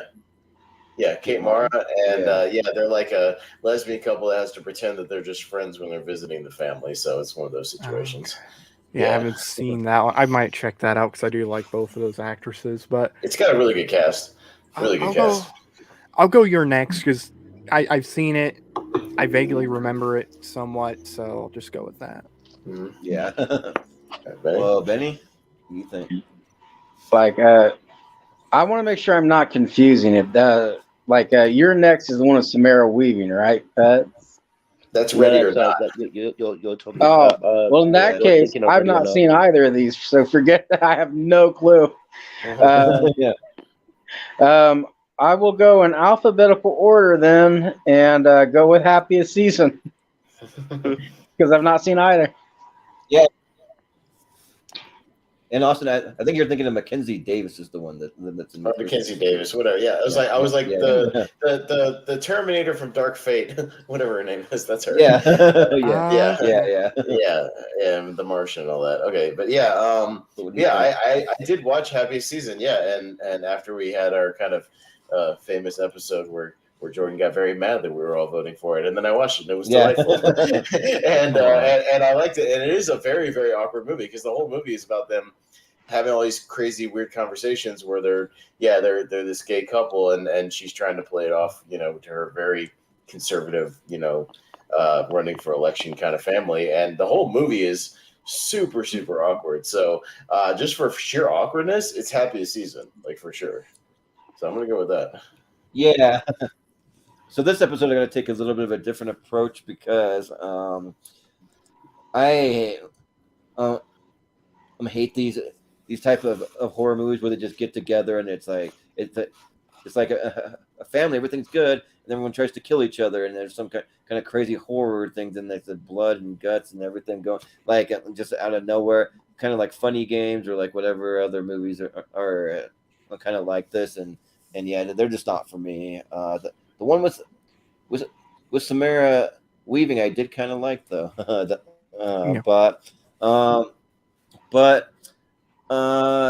Happiest Season though, it at least has. I can go on all day about Kristen Stewart that I'm not a fan, but the rest of the cast, when you added Mackenzie Davis, Aubrey Plaza, Allison Brie, Dan Levy, even Mary Steenburgen in there, so that's a pretty solid cast, and I will give this a watch sometime this Christmas because it is a Christmas movie, and eventually I'll give my thoughts and I'll let you know if I liked it. But so I'll vote for Happiest Season this time. Yeah. All right. Richie? Yeah. For no real reason. Well, no reason, but Happiest Season. Kristen Stewart. There you go. Yeah. All right. Well, it'll be Happiest Season. Okay. No. All right. So. Up next, we got National Lampoon's Christmas Vacation going up against Son-in-Law. All right. Oh, well, Pauly Shore. All right. I mean, It's if we're about going time. for what's more awkward, I guess we can have a discussion because I'd say just put through a Christmas Vacation, but we can see what people say. Benny? Benny. Well, eating cat piss soaked Jello is always going to amp up the awkwardness. So Christmas Vacation all the way. Yeah. Austin.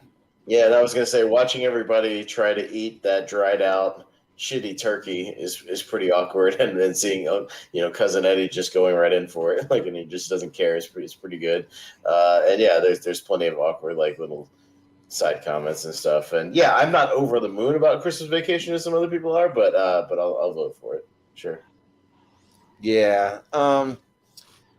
Yeah, like son-in-law, believe it or not, I think it is a Thanksgiving movie though. I think he's going home for Thanksgiving. I think so. So like it kind of. Yeah, I mean, it for that is. reason, maybe it counts more than Christmas Vacation because it's a actual Thanksgiving movie here. But like, I'm not about to vote against National Lampoon's Christmas Vacation. I got the screen name for a reason because like I freaking love this movie. It's another one that I can quote from beginning to end. Like when Cousin Eddie shows up, he's like, "Gee, Eddie, I wouldn't be more surprised. I woke up tomorrow with my head sewn to the carpet," and like just all those like awkward lines and yeah, like it's just awkward family chaos like the whole way through. So and like and it's funny. Like I've seen this movie about like 150 times. I've seen it a lot, and like I still laugh every time. I've even seen it in theaters multiple times when they're playing it. So yeah, I'll go Christmas Vacation. Richie? Yeah, I haven't seen Son-in-Law. I know of it, Don't. obviously, but Yeah. so yeah, yeah. No, it'd have to be. Yeah, there's enough awkward moments there to, to put Christmas Vacation over the line. So I'll go Christmas Vacation. Well, if you want to be traumatized and see Pauly Shore wearing assless chaps, you can watch Son-in-Law. Right? But You're not really selling me this movie, Jordan. no, I'm not trying to sell. I'm trying to like help you avoid it. But Matt, what do you think? So the dinner scene in Son-in-Law is pretty awkward.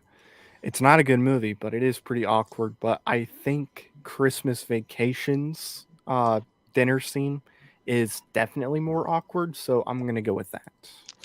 Yeah. And Benny. Oh, Benny went first. Yeah, I'm sorry. Oh, yeah. Yeah, that's right. Okay, you were first. Okay, cool. So then Yeah, Christmas Vacation. Uh-huh. All right, cool. Then we got Instant Family going up against Meet the Fockers. So it's the second one. Yeah. All right. Yeah. I missed Instant Family. I heard good things, but I just didn't get around to it. And I think Meet the Fockers is kind of underrated. Like I kind of dig it as a sequel, and I love Dustin Hoffman and Barbara Streisand in that movie. I think they're pretty great. And yeah, that scene is really awkward. When she pulls out the book and she's got his like baby foreskin in the book, like that shit's pretty funny, and it falls in the fucking in the dip or whatever. Like that shit's like there's some good stuff in that movie. And there's some really awkward stuff like throughout the whole movie. So yeah, I'll go Meet the Fuckers. I kind of dig it. Yeah, like I think Instant Family is kind of a little less awkward. I mean, it's kind of I don't know, like they kind of have a little like some moments between their family, but eventually it's kind of heartwarming and stuff. That, but yeah, Meet the Fockers. Yeah, there's just so many moments. I definitely prefer the first one by far, but this one has its hits moments, like when the baby gets his hand super glued to the bottle of beer, and then he keeps saying asshole because over and over because Ben Stiller. Sorry, says it, and so they can blame him. And then Barbara Streisand being a sex therapist and talking about all of her crazy sex stories, or it's kind of weird. So I'll vote Meet the Fockers. Yeah. Richie? Yeah, I mean, I'd recommend the movie Instant Family if anyone hasn't seen it. It's got a heart to it, and it is pretty funny in parts. It's also got like performances from like three stand-up comedians you don't normally see in movies. Like there's Tig Notaro plays one of the sort of the counselors or whatever. You've got Tom Segura plays the neighbor. He's pretty funny. Oh, Yeah. wow. And then you got Elijah Schlesinger who just wants to adopt an athlete, like a black athlete. But I guess the more awkward. I can't really recall I mean, there's probably awkward moments in Instant Family, but Meet the Fockers is more. Yeah. I do remember. The whole movie is about awkwardness. So. So and then having to overcome that. So I'll go Meet the Fockers. Yeah. Matt, what do you think? So I've seen Meet the Fockers once, and that was like years and years ago. I haven't seen that movie in a long time. I remember enjoying it, but I just haven't seen that movie in a long time. But I really do enjoy Instant Family. I think there's some really funny moments in that, like when the daughter's texting some guy or whatever, and Mark Wahlberg and I think it's Tom Segura see it, and they're like discussing what's going on.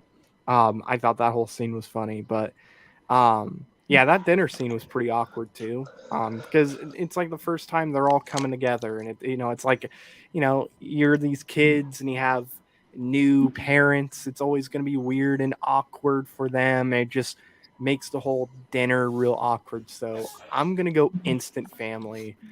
Good cast, fun movie. I do enjoy it. It was definitely slept on when it was in theaters. Yeah, especially if you've known anyone who's grown up in the foster system or adoption, that kind of thing. Like you can relate. My ex-wife did, so we had fun with it. But Benny, what do you think? I make it a point never to try to let Mark Wahlberg win anything, so I'm gonna go with Meet the Fockers.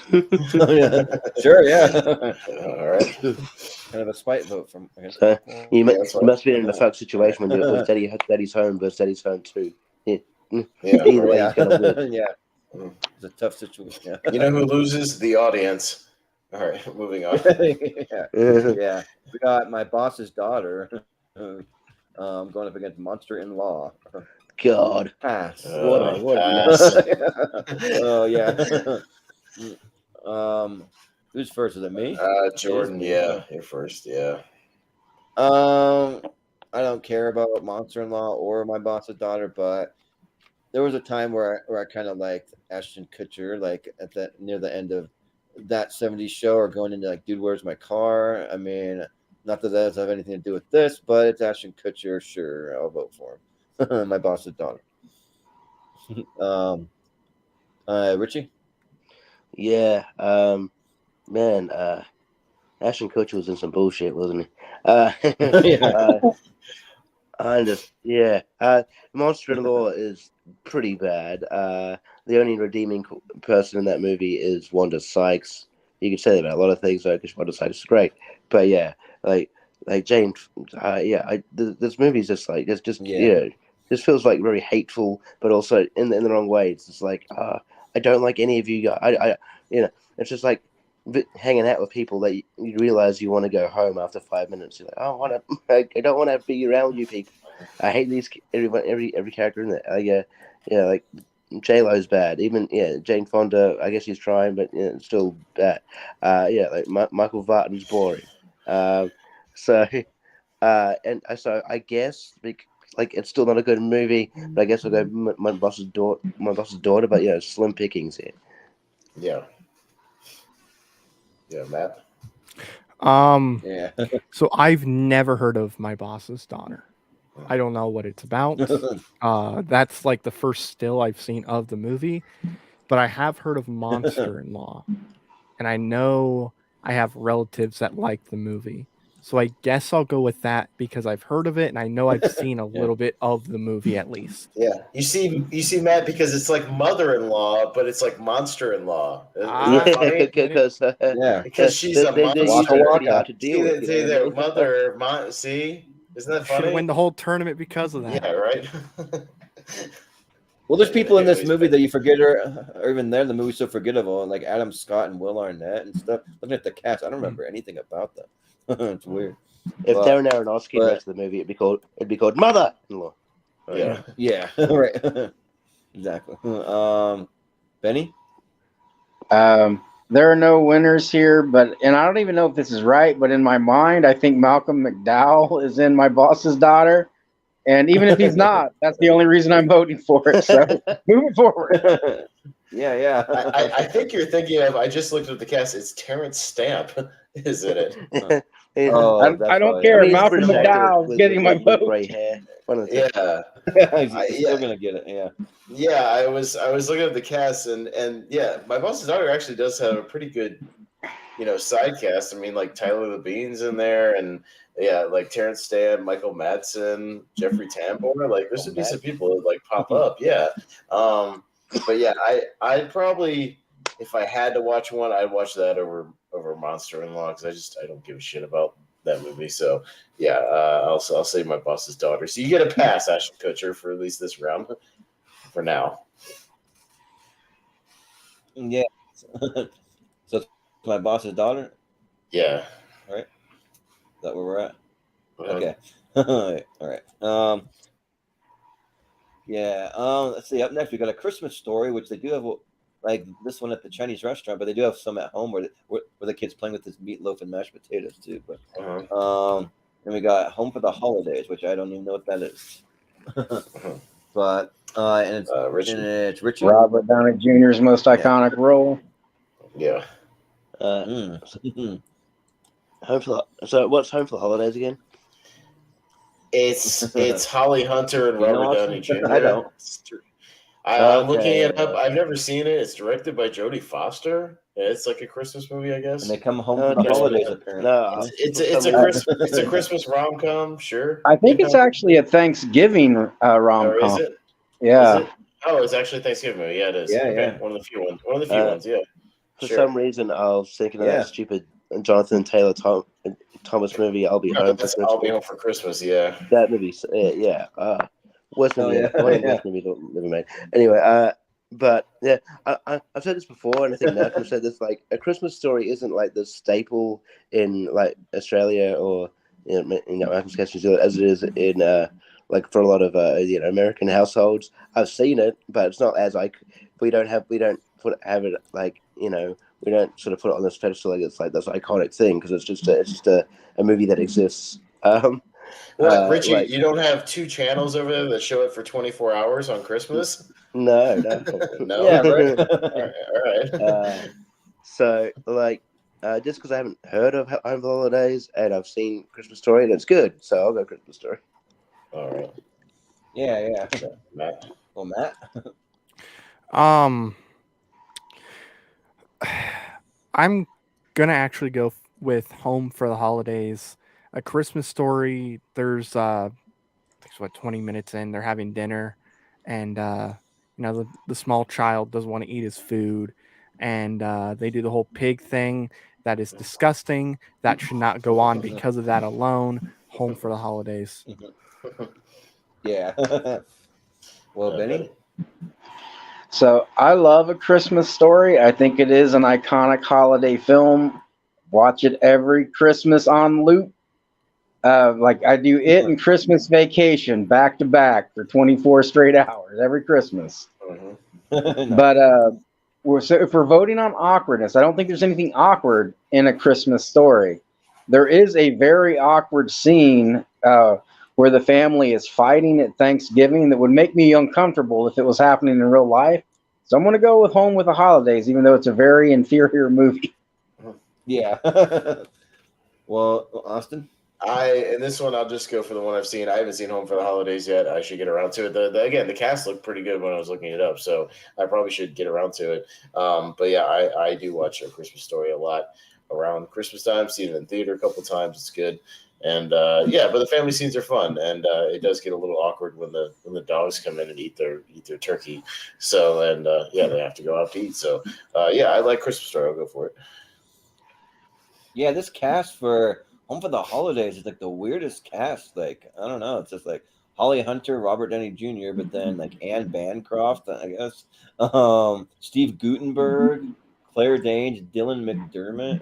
It's like Yeah. like David Strathern, even Austin Dana Pendleton, Carvey. Like, Amy yeah. Asbeck, who's in the Problem Child movies. Yeah, And, it's just a weird Charles Jennings. cast. It's a good So- cast. I mean, it's a solid cast. There's a lot of people in there, but yeah, Yeah, I've yeah, never seen it. yeah. A lot of people I've never thought would be in movies together, but they are. But yeah, Christmas Story is iconic. I'm not gonna say that I love it, but I really like it a lot. I mean, I'll watch it if it comes on TV or something, you know. So yeah, I'll vote for Christmas Story. Okay. Yeah. All right. Well, Christmas Story will slide through Story. just barely, All right. and then we will go for Meet the Parents. Yeah, and Benny, I know you maybe have to leave soon, so you can just let us know when you got to roll. But we got Meet the Parents versus Spider-Man, because there is that Thanksgiving scene. So, Matt, you're up first. Matt. Both movies I enjoy very much, but this movie gave us Tobey Maguire's Spider-Man, so I have to go with Spider-Man. Yeah. Benny? Well, I think since he's having dinner with someone he eventually kills, I'm going to go with Spider-Man because that's always a damper on the evening. Sure, yeah. Austin. Yeah, but to me, yeah, I mean that's awkward. But Meet the Parents is literally awkward scenes of the movie for like an hour and a half, and it's the entire every one scene after another, and him getting caught up in the lies and the stories and it's like one scene after another of just misunderstandings and awkwardness. So I think for the theme of this, I'm going to go Meet the Parents. Yeah. And even though I'm a Spider-Man guy, like I'm big on Spider-Man, like Meet the Parents has them talking about Robert De Niro's nipples, and can they be milked? So I'm gonna go with Meet the Parents. That's very awkward. So Richie? Yeah, I mean, I thought I was under the. I guess this is interesting because I thought this was like this would be a kind of Meet the Parents would be a shoe-in because I think Meet the Parents probably will probably be in the finals of this tournament. I think it's like the ultimate awkward. Every scene's an awkward moment, and that's what. Especially the dinner table scene. But I think I think it's a all-time great comedy. So yeah, I'll go Meet the Parents. All right. Yeah. I think it would have been a little strange if Meet the Fockers went through and Meet the Parents didn't go through. That'd be a little strange. Yeah. Okay. Yeah. Yeah, that'd be a little weird. Yeah. We got Get Out going up against The Parent Trap, the original one from the 60s. So, so who's first though? Yeah. Benny, okay. I'll be honest, I've not seen either movie. So I will continue. I'll continue with my theme of going in alphabetical order and go with Get Out. Sure, yeah. Yeah, Austin did that for one episode once, so yeah. But Austin? What do you think? I haven't seen the original Parent Trap. I've seen the Lindsay Lohan one. But Get Out it definitely gets very, very awkward because it's, them trying to overly be like nice to him and it's completely and utterly fake. And obviously with what happens, through the movie, there's definitely some awkward situations. And just even on that basis, I'll go Get Out. Yeah. Well, I'll say that the original Parent Trap, like I kind of grew up watching this movie and it's far superior to that Lindsay Lohan one. Like I really like Haley Mills and like what they do with that and then swapping places and stuff. I think that's fun. But Get Out has to be like the way more awkward movie and it's really, really good and there's a lot of racial undertones and just like what happens to Daniel Kaluuya's character is like really disturbing. So yeah, I gotta go get Out. Richie? Yeah, I mean, it doesn't get more awkward than seeing that even though they're being nice to you and stuff, that seeing that the parents that you're that you're having dinner with like just views you as a slave, or generally wants to kill you. That's very awkward. I'm sure the Parent Trap is definitely, that the whole premise is sort of a bit awkward, but Get Out has to be up there, so I'll go Get Out. Yeah. Matt, what do you think? I'm gonna go with Get Out. It's been a long time since I've seen The Parent Trap. I've actually seen the original, more recent than the Lindsay Lohan movie. But yeah, no, Get Out's super awkward. Just with the parents that are, they're trying not to be racist. They're trying to be like, hey, we accept you, but clearly they're saying they're being a little racist. The whole I would vote for Obama if he ran for a third time makes me laugh every time. Yeah. And then of course, in the last 20 minutes is pretty awkward. So I'll go with Get Out. Yeah. All right. Gonna be it. Get Out. Get Out. Moving on. All right. Then we got Lars and the Real Girl going up against Pineapple Express because they do have a little dinner scene. So Austin. I'm up first, so Benny will be last. We'll wind around to you, and then you can give your vote and give your plugs. All right, sounds good, right? All right, cool. I kind of, Pineapple Express, to be honest, this is a little weird. I know it's slightly awkward, when they're having dinner and Danny McBride's got like half his ear torn off, and they're all bloody, and but I think it's more like just like a, wow, this has been a crazy day, hasn't it? As opposed to Lars and the Real Girl is just really strange because it's Ryan Gosling like. Basically, what people that movie's kind of ahead of its time because it's always people that are like basically trying to get married to like dolls or like anime girls or whatever like all this like weird stuff, and it does make for some very awkward situations. So I'll say Lars and the Real Girl. Actually, it's a very strange movie. Yeah, I think Pineapple Express was just one that just kind of fit and had an awkward dinner in it, but we do have though that scene where like he goes to meet his girlfriend and he has to go and like talk to her parents when she's all bloody and all that stuff. So there's that. But yeah. So Lars and the Real Girl was actually a movie I watched this morning for the first time to watch one of the blind spots I had for this. And it's really good, yeah, and it's really weird and awkward. Like, and I kind of like seeing Ryan Gosling play more of like a nerdy kind of guy, that like it's kind of interesting. So yeah, it's very very unique movie. I'll say that, but I did like it, so I'll vote for Lars and the Real Girl. Yeah. Okay, Richie. Yeah, I mean, like the Pineapple Express scene is awkward, but it's not like it's not like that they like it's just with them, so they know what they went through. So it's not there's not this air of uncomfortability, I guess is what I was gonna say. Whereas Lars and the Real Girl, you think your son's gonna bring home, a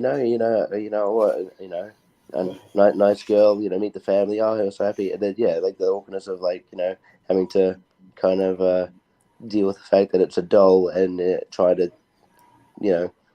talk to it like it, like try to, that would be very awkward and trying to be accepting of that, and so it's definitely Lars and the Real Girl. Yeah. Matt? I really do like Pineapple Express. I have to go with Lars and the Real Girl, though. I mean, it doesn't get more awkward than that. Well, it can. Your movie can have Kevin Spacey, but this one, as far as I remember, does not. So I'll go with Lars and the Real Girl. Yeah. Well, Benny, what do you think? Yeah, I'm going with Lars and the Real Girl. Like having dinner with some drug buddies and one of them being busted up compares nothing to your child bringing home a doll, as their mate. So I'm going with Lars and the Real Girl. Yeah, that's really weird. Yeah, but well, Benny, we'll let you go. But do you have any plugs real quick before you head out? Guys, thank you for having me on. I'm Sorry that I have to go to work in 5 hours. So Good. No, it's all good. I actually do too. I got to wake up at like 4 a.m. to go in at 4:30. So I'm in the same boat. Yeah. But you guys are awesome, and starting in January, me and Moose are going to be doing a little trivia show on YouTube called Vinny and Moose Save America. I know some of you guys are coming on to it, and Yep. I look forward to kicking Jordan's ass at Christmas vacation. And yes, look let's do forward it. to seeing you guys in January, man. Yeah, it'll be a lot of fun. All right, awesome. Can't wait. Sounds good. Thanks again. Thanks, Have a man. great night, Appreciate guys. it. Have a good night. Thanks. Yeah, you too. All right. All right. So we got Lars and the Real Girl. Lars and the Real Girl. All right. So So we have The Oath going up against Elf. So Fuck. all right. I don't. And What is the elf? It's me or the first. oath? What is that? The Oath was that political movie that Ike Barinholtz, and they go and there's like some kind of weird like political undertones going on. I never even saw it. I don't know. I just know that it had to do with like politics and stuff. And it was directed. I think it was directed by Ike Barinholtz, if I'm not mistaken. But yeah. But the movie never really like I don't know, like it didn't get very much publicity or like marketing. Like I don't know. It was very underseen, I think. But yeah, but from the trailers I remember seeing, like it was some weird kind of just all the politics and stuff that just like seemed pretty awkward. But I mean, Elf is also awkward because like the whole fish out of water thing, and he wants to eat like I'm not as good at the lines from Elf as I am Christmas Vacation, but like the whole roll of Toll House cookie dough and all the like syrups and all the different things that he wants to eat, and like that gets awkward too. And like there's like buying something for your special someone, and it's like lingerie that he gives to his dad. I think that's pretty awkward. So I think I'll go with Elf just because it is the one I've seen. I haven't seen The Oath. So, but Richie. So a movie I had no idea existed until now, and a movie I don't like at all. Yeah. So I guess because of all the reasons you outlined, it'd be pretty awkward. A fish out of water situation. I mean, it's on. It's out there now. It's on paper. And then I'm going for Elf, but I don't like it. But I feel like I've been put in that situation, so I'll go Elf. Yeah. Okay. So the reason why I included the Oath, I just looked it up. It actually is a Thanksgiving movie that takes place at Thanksgiving time, and they're asked to sign an oath of allegiance to the president. So they make everyone in the country sign this oath, and like they refuse to do it, and it's this whole thing like, why are you refusing to do it? And it's just politics and all that stuff. So yeah, makes it like awkward family dinner. So, but Matt. I have not seen The Oath. I remember hearing about it, but I just never got a chance to go out and see it. I'm gonna go with Elf, though. Yeah, I do enjoy me some Elf. I don't think it's like the greatest Christmas movie or anything like that, but I do have a pretty good time watching that movie, and that dinner scene specifically is pretty awkward, and there's some other stuff in there too, like you were saying, that does make the movie awkward. I'm not too big on Will Ferrell, but I do think this is like one of those movies where he really he fits that role perfectly. So I'm gonna go with Elf. Yeah, sounds good. Well, Austin. Yeah, I'm in the same boat. I didn't know what the oath was or that it existed. I mean, it sounds somewhat interesting, although I'm not a big Tiffany Haddish fan. She kind of annoys me. And I'm not a fan. She's like the only reason I didn't really like love Unbearable Weight of Massive Talent more than I did. It's just because like I was like, oh man, but she's in it. Like fuck me. Like, why couldn't it have been anybody else? Like yeah. But I'll just vote for Elf because rest in peace, James Caan. I'll just say that. Yeah. Sure. So, yeah. So it'll be Elf. All right. Yeah. Sounds good. I think Matt, we have gotta get. Oh yeah. If you got to go, Matt. Sorry, I didn't see that yet. Yeah. In the chat. So you got some plugs real quick, and we'll let you get out of here. All right, thank you for having me on again. Had a really good time on the show. Always fun doing stuff like this. Yeah. You can find me on Inside the Horseshoe. It's my YouTube channel. Trying to get to 1.7K subscribers before the season Nice. ends. I think that'd be pretty cool. And I'll then subscribe right now. All right, Nice. inside Yeah. the horseshoe. All right, sounds Thank good. you. All And right. then I will also, I think in a month or two, I'm going to start up a movie review channel, and I'll give you guys the details as soon as that comes out, and as soon as I'm actually able to go out to the movies every weekend, so I can actually have the channel. But that's where you can find me, and then sometimes I'm on TMG Entertainment with Movie Battleground if I'm going to host or Mhm. be a judge. But Yeah. yeah. Yeah, man, sounds good.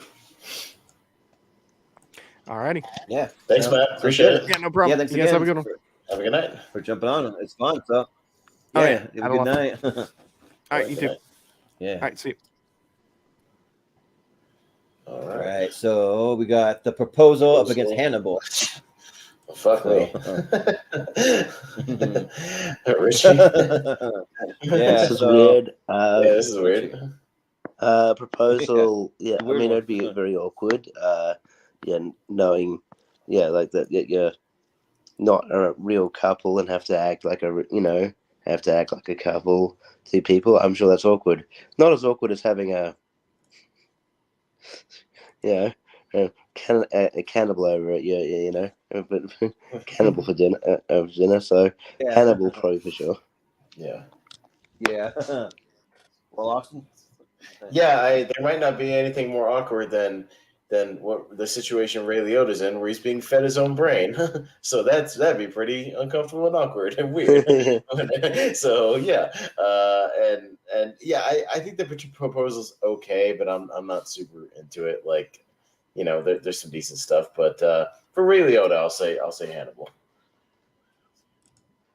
Yeah.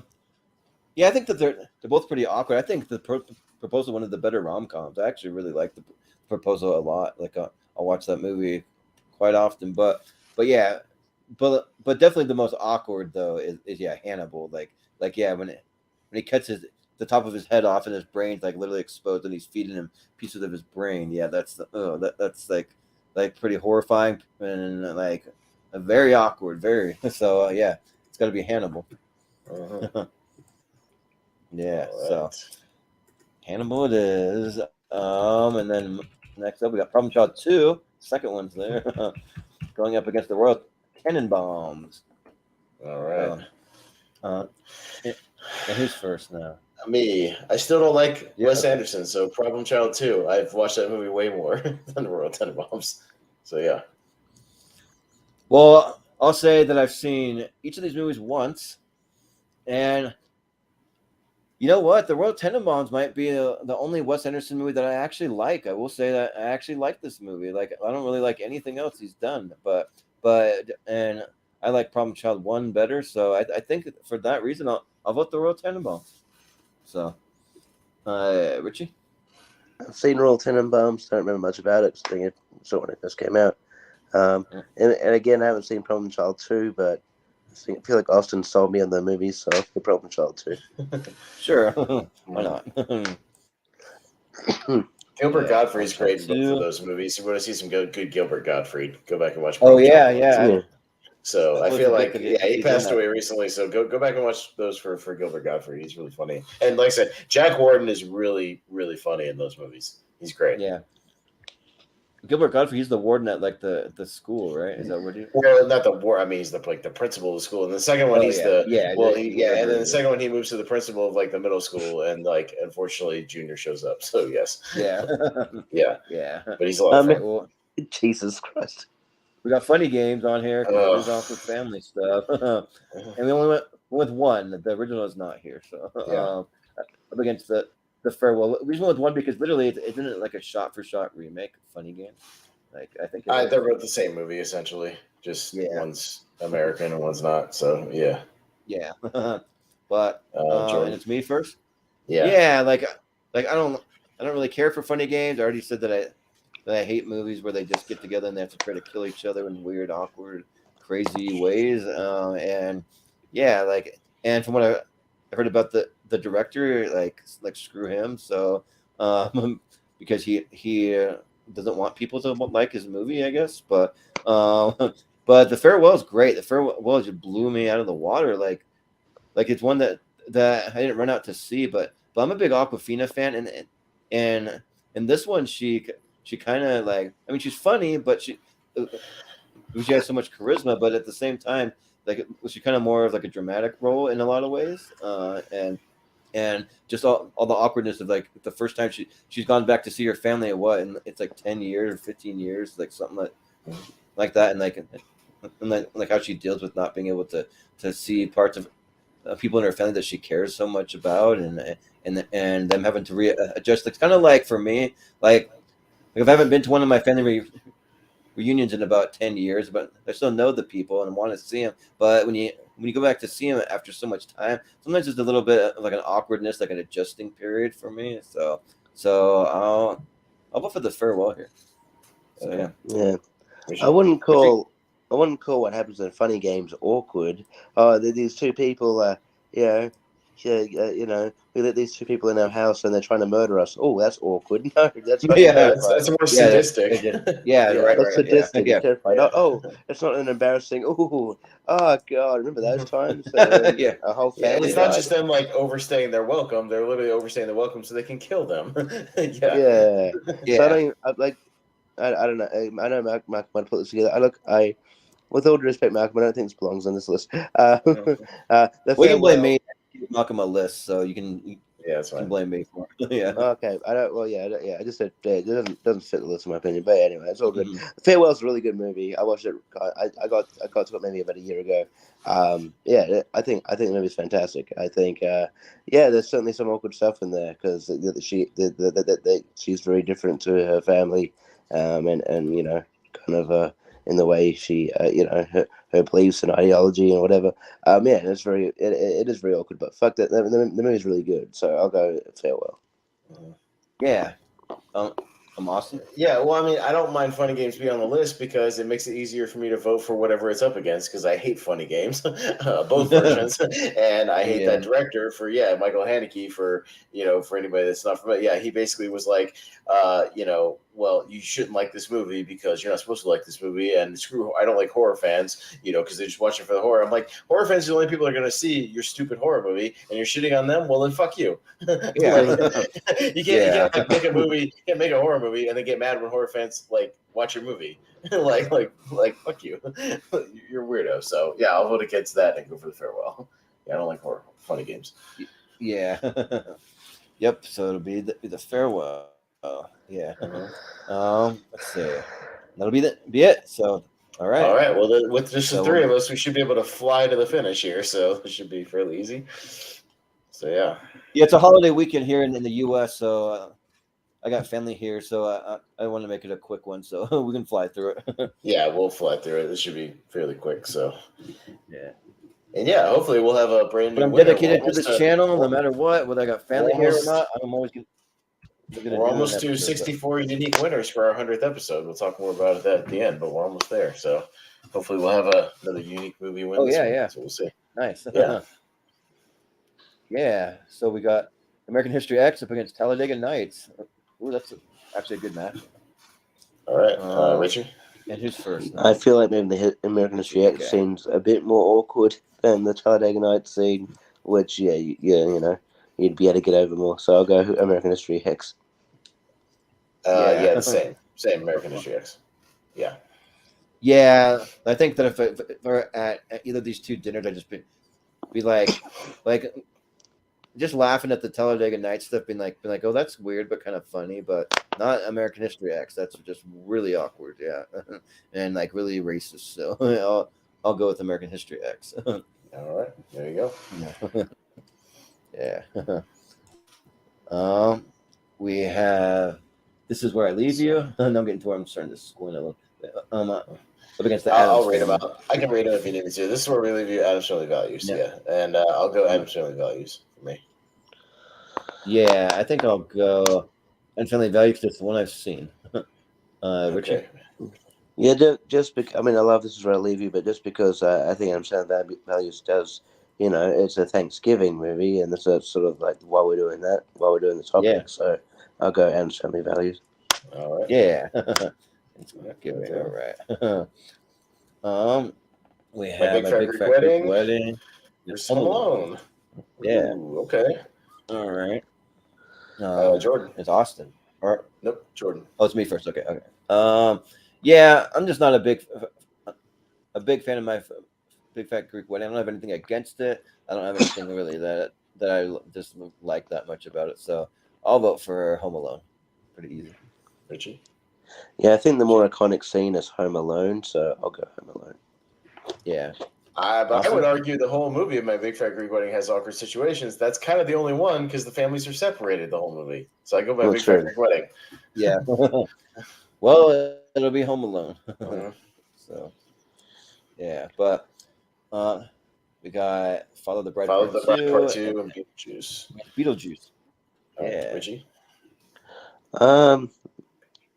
Beetlejuice. Yeah, I've Austin? seen Beetlejuice. I haven't seen Follow the Bride 2, so Beetlejuice. Yeah, I mean, it's kind of awkward in Follow the Bride Part 2, but I gotta go with Beetlejuice. Yeah. All right, Beetlejuice. So, There. Going up against Wedding Crashers. we got Wedding Crashers and Mrs. Doubtfire. Mrs. Doubtfire. Okay. Oh, they're both pretty awkward. Yeah, Yeah. pretty awkward. Definitely. Yeah, I'm up first. Yeah, they're both pretty awkward. I think I'll just go with the one I've seen more and just how kind of it builds and builds and builds, and I'll go Mrs. Doubtfire because it's already awkward to begin with, and it just gets even more, especially when the face actually comes off and the reveal happens. Yeah, it's pretty bad. So I'll say Mrs. Doubtfire. Yeah. Well, I mean, I probably was ready to vote for Mrs. Doubtfire, but then Richie, you remind me of what's going on in this scene where he's like jerking him off at the table, and yeah, that's probably one of the most awkward things you could do at a dinner table. So I'm probably gonna go with Wedding Crashers. Richie. Yeah, as much as it is sort of awkward to do that in a dinner table, and yeah, like obviously getting hit on by your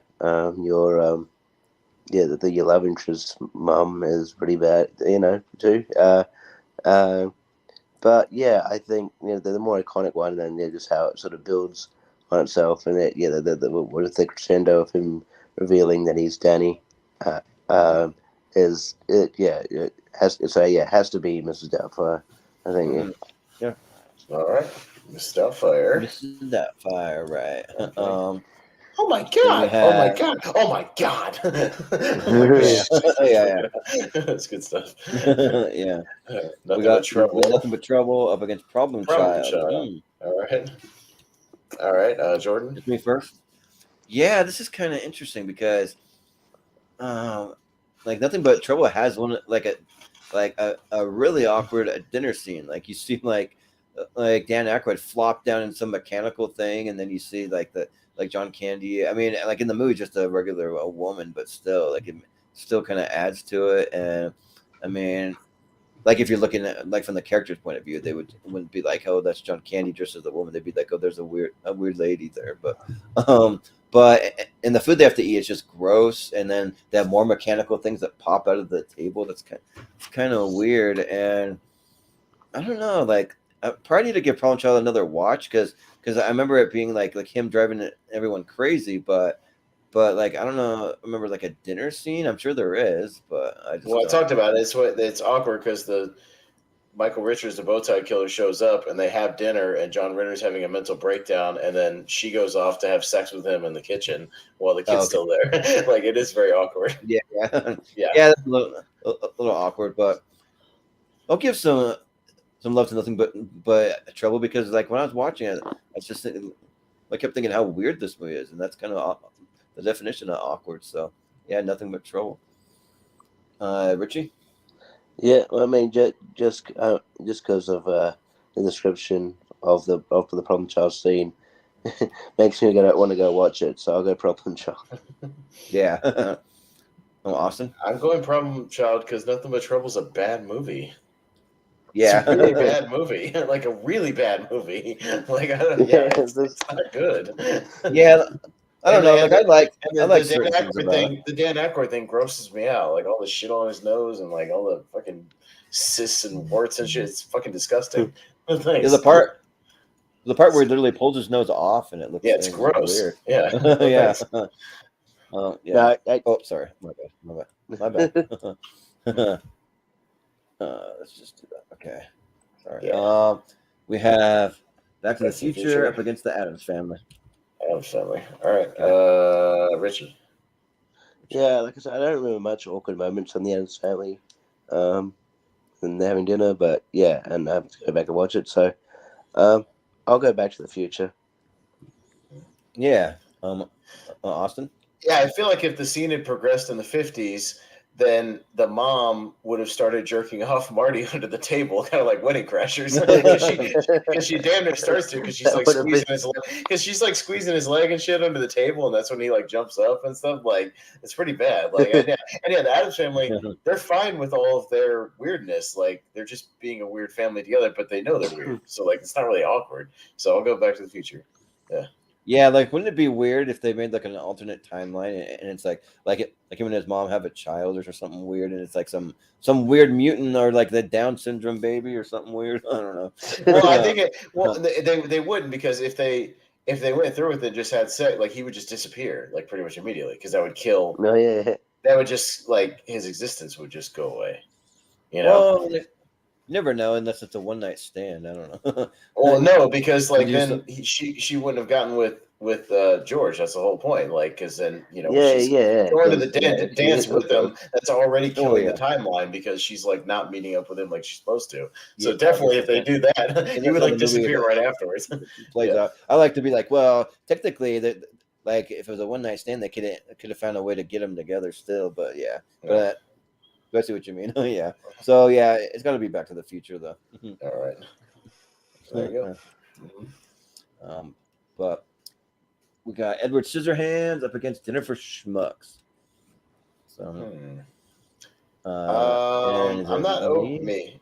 No, me. I'm not over the moon about either one of these, but just because the whole crescendo of the movie is kind of a weird dinner, I'll go Dinner for Schmucks just as an aesthetic. Yeah. Well, I mean, I'm trying to remember the whole Dinner for Schmucks, because I kind of feel like it starts out with a dinner. No, it ends with the dinner, because the whole thing is he has to bring somebody to this dinner. That's what Paul Rudd has to. So he has to find Steve Carell. Don't they have some kind of dinner at the beginning though? Also, they bring people maybe not. Who aren't sort of dismissed by society because they're weird, and that's what Dinner for Schmucks. Yeah. Well, yeah. I mean, that is kind of like an awkward dinner, but I mean, Edward Scissorhands, that character, like who's more awkward? Steve Carell's character putting mice and posing and weird things, or Edward Scissorhands that like comes from a creepy like castle up the road or mansion, whatever, and then has scissors for hands.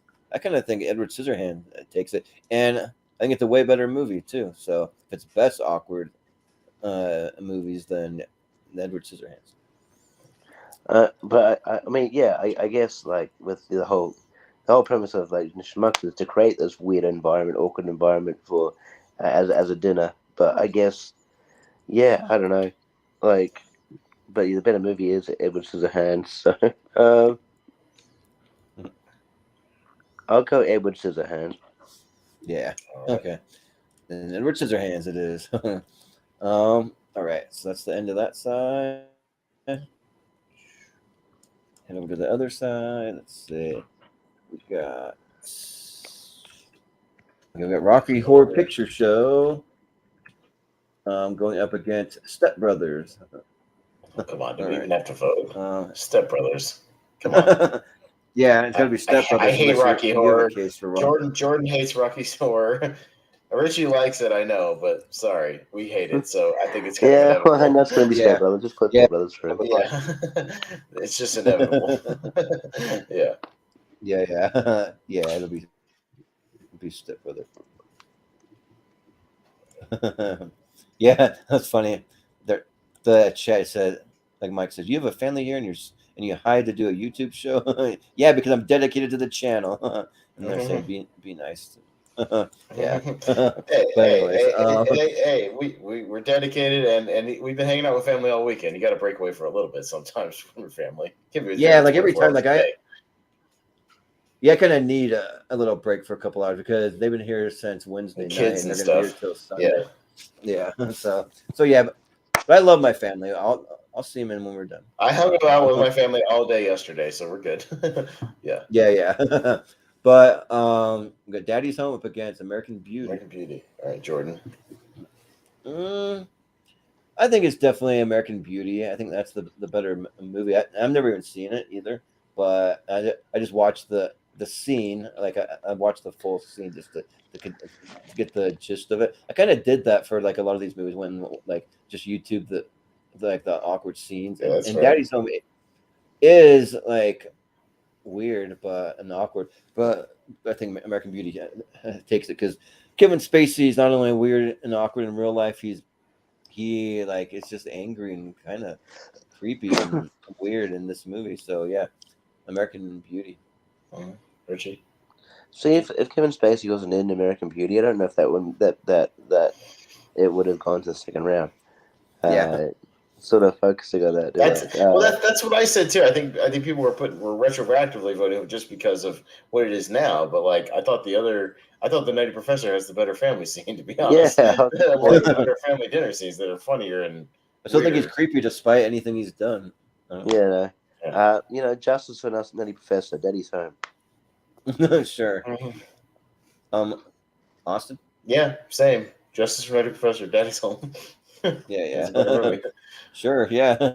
Daddy's Home. Why not? It'll make it easier for me to vote against it later. That's fine. Yeah. We got Happiest Season up against National Lampoon's Christmas Vacation. Okay. All right, Richie. Here's the thing. I think you eventually, it is awkward a lot in Christmas Vacation, but like you're sort of the family, you sort of get used to the weirdness after a while. I don't know if that makes sense. But like in Happiest Season, like there's not really no way out. Like you either have to come out or just pretend, just live a lie, or for that duration at Christmas every year, which is very awkward. So, I'm gonna go Happiest Season here. Yeah, Austin. Yeah, I'm gonna make Jordan mad here, but I'm with Richie. I'm gonna go Happiest Season because I think it's more awkward the whole movie than Christmas Vacation. Because I think they're a weird family, but like, there's some funniness to be had there, and it's like, it builds up. But like Happy Season, it's miserable and awkward the entire movie, pretty much, and it crescendos into like this big blow up with this like painting and stuff. Like it's pretty crazy. So yeah, I'm more likely to go back and watch Happy Season. I'm just not as over the moon about Christmas Vacation as everybody else is. But, like, I apologize. The only thing I'm mad about is that National Lampoon's is like the most awkward family dinner ever put to screen. Period. End of sentence. The most awkward ever. Like it is the epitome of awkwardness. Yeah, when it cuts into that freaking turkey and it like blows up and like air everywhere, and next thing that you see one like trying to choke it down and they're like dipping it in the water and then like Cousin Eddie eating the cat food Jello. Like it's just like I don't know, like to me like it is the like epitome. Like it's just like weird characters, weird I don't know, just weird sayings, weird everything. I don't know. So yeah. But is it weird if no one bats an eye to it because they're all weird? Well, I mean, Clark's family, they're all batting an eye to it, and they all think it's weird. Like him and his wife and his kids. So. Well, yeah, I know, but yeah, like I guess my point is that they would don't even want him over there. Understand that weirdness is going to happen, so it's not as awkward when you expect it, as opposed to and like you can get over it. You can just roll with the punches, as opposed to Happiest Season where you have to hide who you are. Well, it's only awkward for the two of them. It's probably not awkward for the rest of them. They don't know anything about it. But it's literally awkward for that situation though. Is she's pretending even before it's awkward before it even starts before they go because she's like, oh yeah, we're gonna go meet my parents, but you got to pretend that we're just like roommates and friends and not actually in this relationship. And then it blows up like later in the movie when Alison Brie finds out, so she's like hiding the secret, but she's also got a secret, so like that she's like cheating on her husband, so that gets awkward, and then it like blows up at this like big get together at the end of the movie. Like it's pretty. Yeah. It's really uncomfortable, like really uncomfortable. Yeah. Well, it is what it is. Yeah. So, happy to see it. Yeah, like I wouldn't care if he was going up against something else, but I'm just kind of like that against National Lampoons. Are you serious? Yeah, I'm not as crazy about it. Entire thing. Oh, man, it is classic. But Meet the Fockers up against My Boss's Daughter. Oh, this is easy. Come on, Meet the Fockers. Yeah, put that through. Much better. Sure. I mean, I'm not that high on either one, but sure, Meet the Fockers. Meet the Fockers is a better film, anyways. Yeah. Yeah. We got A Christmas Story up against Meet the Parents. Okay. Yeah. First here. Me. Yeah, I love A Christmas Story, but I kind of feel like when it comes to awkward family like meetups and dynamics and scenes, Meet the Parents probably should win this whole thing, honestly, because that's like the whole premise of the movie essentially from scene to scene to scene to scene. So I'm gonna go Meet the Parents actually. Yeah. I'm the same way. Like, I mean, really, like, I don't really even know if there's like that many awkward scenes in A Christmas Story. I mean, I guess there are, like when they get the leg lamp, that's kind of awkward. When he meets Santa Claus, it's an awkward like encounter with Santa Claus and stuff. Or like when the kid is like in his giant coat and he literally can't move or can't breathe or whatever. It's probably awkward for him. But well, I mean, and what's more uncomfortable and awkward than you're like down there sleeping and Robert De Niro comes down there and starts giving you a lie detector test. Like how much more awkward can it get? Yeah. We're just gonna have some fun and I'm just gonna start asking you about like all your secrets and shit. Like that's the most awkward shit ever. Like, or like the awkward conversation in the car with like Puff the Magic Dragon talking about weed smoking and the weird, yeah. Well, and then after he spikes the girl in the face right before her like wedding pictures and like everything, like it gets really bad, like really bad. So yeah, it's just one after another. The build, like the awkwardness of a cat using a human toilet. What's that all about? Yeah, it's weird. Yeah. So yeah, I think it's got to be Meet the Parents. Yeah. All right, Richie. Yeah. I don't remember many awkward moments in A Christmas Story, but yeah, like Meet the Parents. The whole premise is awkward. The selling point of the movie is awkwardness. So yeah, I said this should go far in the tournament. So yeah, Meet the Parents. Yeah. Meet the Parents. All right. I'm surprised y'all didn't include the original. Y'all didn't include the original Vacation because it does have that cookout at Uncle Eddie's place. That's pretty awkward when he's like asking him for money. Like that's pretty awkward. Yeah. When he's like putting the guilt trip on him, and it literally ends with them putting Aunt Edna like guilt tripping him into taking Aunt Edna with them. Like that's pretty uncomfortable and awkward. Yeah, the aunt. Yeah, I mean, and the grandma dying is pretty in the cards. Yeah, that's really awkward too. That's a whole family thing, and they just leave her. Like that's pretty nuts. Yeah. Or like dragging the dog behind the car for miles at a time, Yeah, no, I would have substituted that for like one of the other movies on here. Like I'd have to go through and see like which one, but I would have substituted that for something, on here. Yeah, like, I just didn't think about it. Yeah, I think we kind of figured we had one National Lampoons. I guess that's good. No, I mean, yeah, you could put the other one on there. I would have been okay with that. Yeah. All right, Get Out and Lars and the Real Girl. Yep. Yeah, Lars and the Real Girl. So, okay, Jordan. Yeah. Man, like this was kind of tougher. Like, I mean, it's really awkward. Like all the racial stuff and like probably like awkward from Daniel Kaluuya's perspective, going like everything he has to endure and go through, but Lars and the Real Girl, that's pretty dang awkward. Like these are two that both could go pretty far. I feel like, but I mean, I'm just gonna I'm gonna vote for Lars and the Real Girl just because that just strikes me as more awkward versus like I mean, Get Out is awkward, but then it gets into like creepy and they're trying to kill him and or weird or whatever they're trying to do, brainwash him and all that. Like it just gets like to a whole nother level past awkwardness to me. So and then Larger World just stays at the awkward level. So, Richie. Yeah, it's hard to know where to go here because with Lars, I feel like with Lars and Real Girl, eventually you would begin, even if you don't understand, you begin to kind of whatever accept that whatever that's Lars. Whereas like you can't really, there's no real reconciliation or kind of mutual understand. You can't reach a mutual understanding if someone wants to kill you. Yeah. No. There's always going to be sort of awkward there. So I'll go Get Out. Yeah. Yeah, and to me, what puts it over for me is Daniel Kaluuya is uncomfortable like the entire movie, and you kind of feel that from the start. Like as soon as I get there, like you feel his kind of just trying to fit in, but he's not, and he's just uncomfortable with the whole situation and awkward, and those weird racial conversations he has with like Bradley Whitford. Yeah, it just gets really, really uncomfortable. So yeah, I'll go Get Out as well. Yeah, which. Just totally fine because it's like splitting hairs for me here. So yeah, it's close. Yeah, it's because I feel like with like Get Out, like it's just like awkward for everyone. With Lars in the Real World, it's like the audience is like what feels the most awkward. I feel like just watching what's going on. Yeah, but we got Elf going up against Hannibal. Oh man, that's a weird matchup. I'd like to see Hannibal eat Elf's brain. Yeah, right. Eat it to shut him up. Yeah, Richie. Yeah, look, I begrudgingly voted for Elf last time just because it fits what the scene fit the the category more.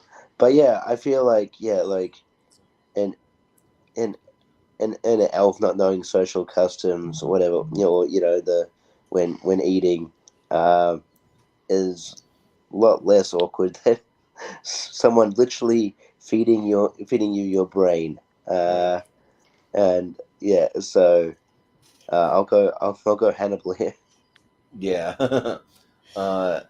Awesome. Yeah, and I feel like F, kind of like Rich said, it's only awkward because he's it's the fish out of water situation. You know what I mean? And I know even me and Jordan, we talked about. I threw out an idea today of doing like a fish out of water tournament, like all these movies where there's like a fish out of water character. I think that'd be kind of fun. And like if we were talking about that, like Elf is definitely like good at that, like all that stuff where he's running around New York and he just has no idea what's going on. Like it's all right, but I'm also going to go with Hannibal here.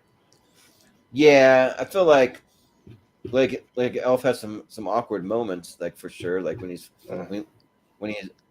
like fighting against Peter Dinklage's character or like giving the dad the lingerie and stuff. But yeah, like that dinner scene though is like the epitome of awkwardness. Like yeah, so I got to go with Hannibal. All right, we'll put it through, and there you go. Yeah, all right. Then we have Problem Child 2 going against The Farewell. All right. I'll go The Farewell here just because actually the scenes in Problem Child are more awkward than the second one. The one that's referencing is just it's just that thing at a restaurant and it just turns into a food fight, which is like, it's a crazier scene, but like it's not really awkward or uncomfortable. It's just like it just turns into a food fight. So I'll go with The Farewell. Control. Yeah, it just gets out of control. That's all. So I'll go with The Farewell. Yeah, yeah, and just because I like the first Problem Child way better, but I mean this one's good. It's still a good movie, but The Farewell just blew me away, and just it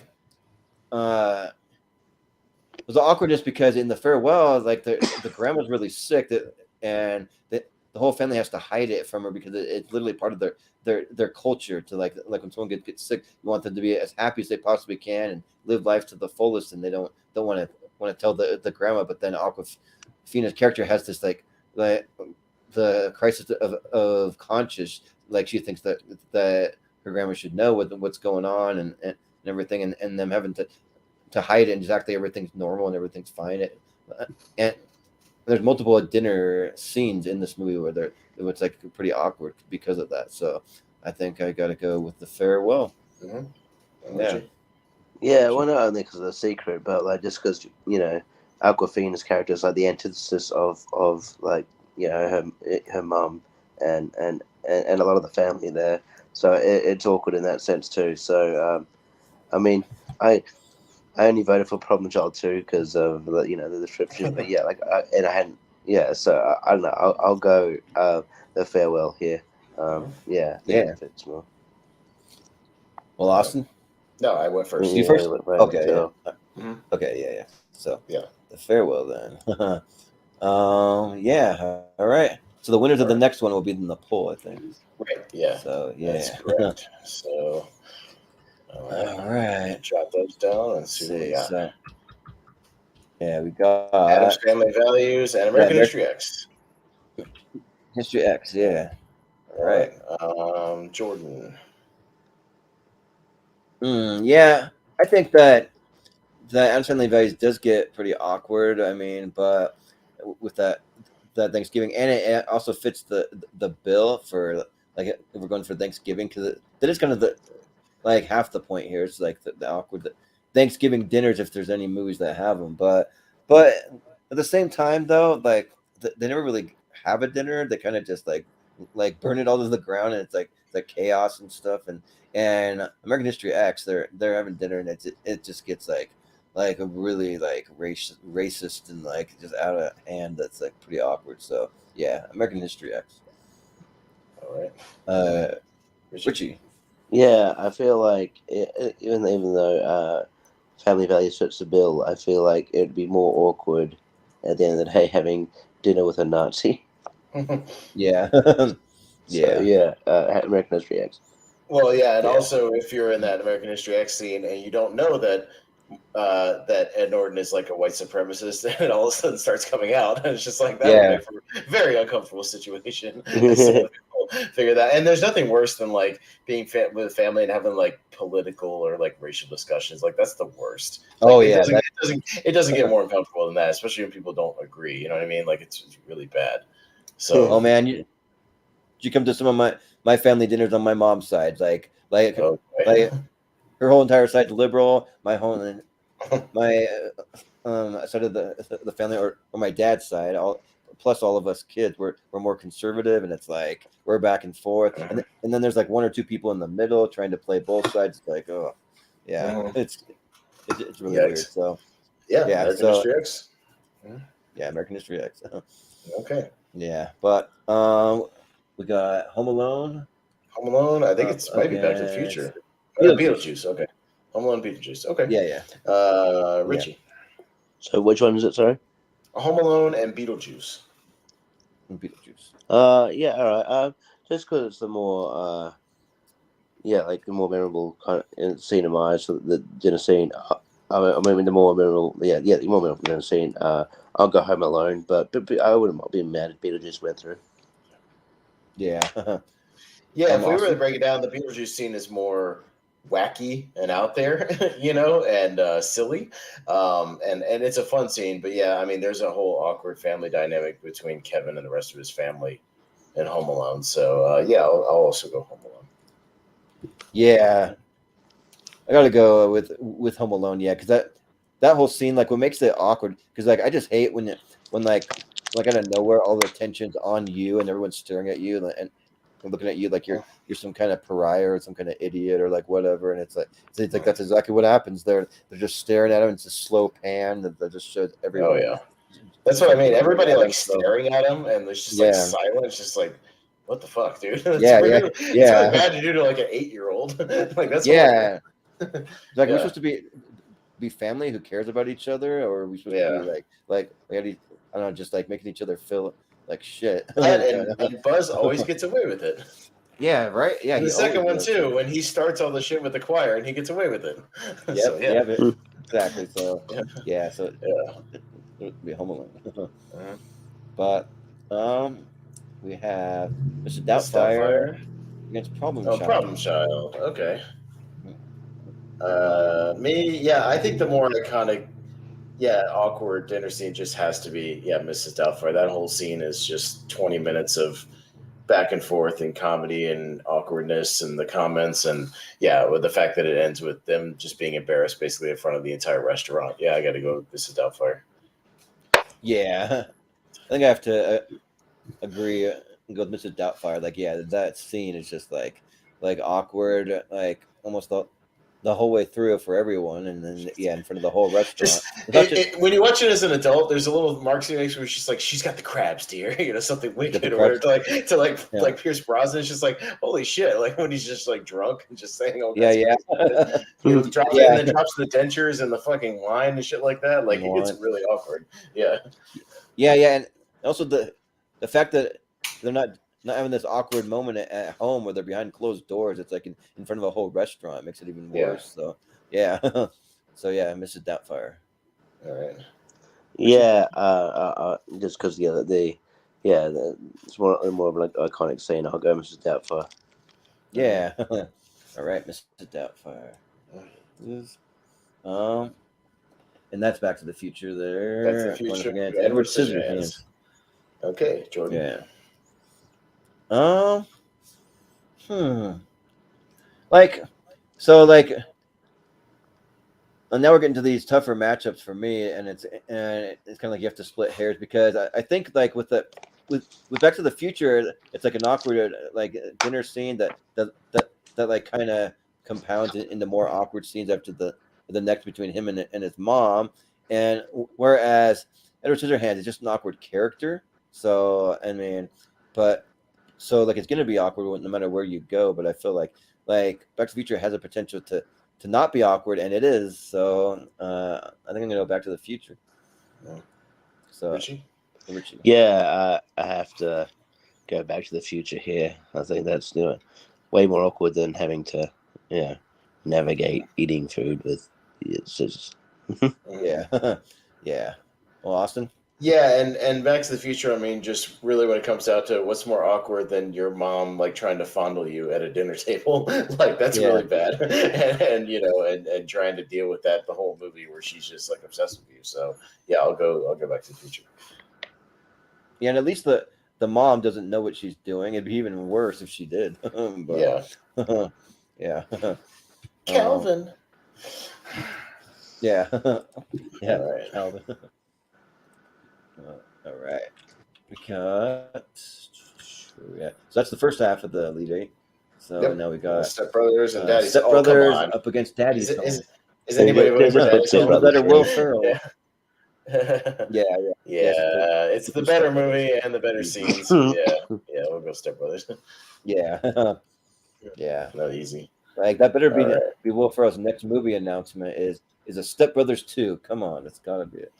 Before they get too old. Yeah, right. Season versus Meet the Fockers. Okay. All right, Richie. Who's first, man? Yeah, look, I mean, as much as it is very awkward trying to hide your sexuality and who you are for a long time, and eventually that secret's going to get out there, and yeah, it does get wacky. With multiple secrets happening at once.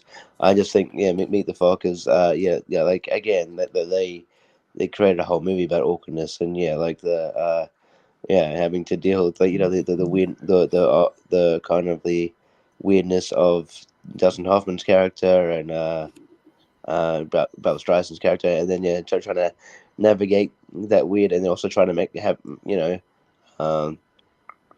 kind of create a good impression. That's very awkward. So I'll go Meet the Fockers. Yeah. Austin? Yeah, and I would say it also gets really uncomfortable later in the movie where he thinks that one kid is like Ben Stiller's kid, and then it ends up not being his kid, and he like literally drugs him to like try to get him to tell the truth. Like it gets really dark, like and weird. Yeah, and again, it's the whole dynamic of kind of the straight-laced, De Niro versus these very loose, sort of liberal, free spirits, of Hoffman and them, and I just think those first two movies excelled pretty well at that, and also I think it's really underrated. So I'll also go Meet the Fockers. And also I can throw up this because Malcolm's last comment, nobody's commented since then. He made the comment for the last round, but I'll just throw it up again for this round because nobody's commented since. Well, it's not. And that wasn't the reason we voted for it last time. Like we were generally in an argument that it is uncomfortable. I think I've lived with Meet the Fockers more in this case, and I think it's that whole movie's kind of built around that. So Yeah. Well, yeah, and like I think so. Also, like it's just awkward for like for basically all the characters except for maybe like Dustin Hoffman and Barbara Streisand just kind of roll with it because they're just so free and out there. But like it gets awkward for literally everybody else there. So well, and it's yeah. awkward too. There's like a funny moment where it's just like he's just like, yeah, I gave her a matinee this afternoon. They're blatantly talking about how they were like just having sex like all over the place like a few minutes ago. Like once Robert De Niro shows up, like it just gets, and they just don't care. Like they don't care about being awkward, but it makes for awkward situations. But it's pretty great. Yeah. Well, like the thing that I do kind of like about Meet the Fockers is Meet the Parents. It's like in the first one, it's all about Ben Stiller feeling awkward. In the second one, yeah, Ben Stiller's awkward, but like it's more so about Robert De Niro's character feeling awkward in a lot of ways. So he just feels like really, I don't know, like he's uncomfortable. Yeah, so it's gotta be Meet the Fockers. Yeah. So All right. yeah. All right. Then we got Meet the Parents. There you go. All right. Let's get out. All right. All right. Awesome. I'm up first. Yeah, I mean, I've pretty much made my case. I think Meet the Parents should probably at least go to the finals, bare minimum. So I'm going to vote for Meet the Parents. Yeah. Yeah, I think so too. I just think that like it's one awkward scene after the next, which the scenes in Get Out are very awkward, but I wouldn't say it's like beginning to end like Meet the Parents. So Yeah. yeah. So Richie? Yeah, I think Meet the Parents is like, kind of made for this category. And yeah, it's just awkwardness throughout its like runtime. So yeah, it should go through. So Meet the Parents. Yeah. Yeah. Yeah, like when we made this tournament, I was like, yeah, that's the first movie I think of was Meet the Parents. Just like for awkwardness in general. Like it's one of the first movies that comes to mind, like for me. Like it just does. It fits the bill. Yeah. Yeah. So Hannibal. We got Hannibal versus The Farewell. Okay. Oh, okay. Jordan. Yeah, two similar movies. All right. Yeah, they're both very not so similar, but Farewell is great, and I would say The Farewell is the better movie. But I think that as far as sheer awkwardness, it's got to be Hannibal. Like I mean, can't think of too many like more awkward like single scenes, like single dinner scenes. Like it's got to be Hannibal. So yeah, Richie. Yeah, for sheer awkwardness, I feel like you don't get much more awkward than eating your, being fed your own brain. So I'll go Hannibal. Yeah, Austin. Well, it doesn't get more awkward than he makes his guests the meal. So yeah, Hannibal. Yeah. Yeah. All right. So that's our Elite Eight. So now we just got to get to a winner. And I believe, again, pretty much, there's only one of these movies in the Elite Eight that has won a tournament. So we might have a pretty good chance of getting a fresh winner on our master list. So we'll see. Yeah, right. Yeah, because we got to get there before 10 episodes happen. So to 100 movies. So we're close, I think. But yeah, we're very close. I'm up to 62 right now, so we're very close. I mean, sorry, to 64. I mean, is what. Yeah. We're only two away. So yeah, so we got American History X up against. Is that Home Alone? Oh, Home Alone and American History X. Yes, correct. Yeah. Okay. All right. So and it's Richie. I just feel they're both awkward, but like you'd get over the. I feel like you'd get over the Home Alone one, maybe a lot sooner. I don't know. I feel like there's more awkward sort of ramifications for American History X, so I'll go that. Yeah. I'm Austin. Yeah, American History X might be one of the most uncomfortable scenes ever. Like that one scene, and it's weird that it's not in Home Alone. It's not awkward when they get back. Like there's no moment where it's like, oh yeah, you guys left me here and flew to another country. Like they just kind of get over it pretty quickly when they come back and like they're all friendly again. Like it's very strange. Yeah. So I'll go American History X actually. Yeah. Yeah. Well, I think kids are like a lot lot more forgiving than adults, and I also think that Yeah. that like when they need certain things, when you're a kid and you need help with things, you need people there. You just kind of like well, forget like whatever they did to me, because I really need their help and I need their and I want them around me, actually, because the good times for me is what I want and what I need. So yeah, I think he kind of just gets over it. But yeah, like American History X, like that scene, like yeah, having like a Nazi at the dinner table, that can literally be so awkward that you could cause a divide in your family that could maybe never be repaired, possibly. Like I mean, it's just that bad and that awkward. So yeah, I think I got American History X. All right, American History X.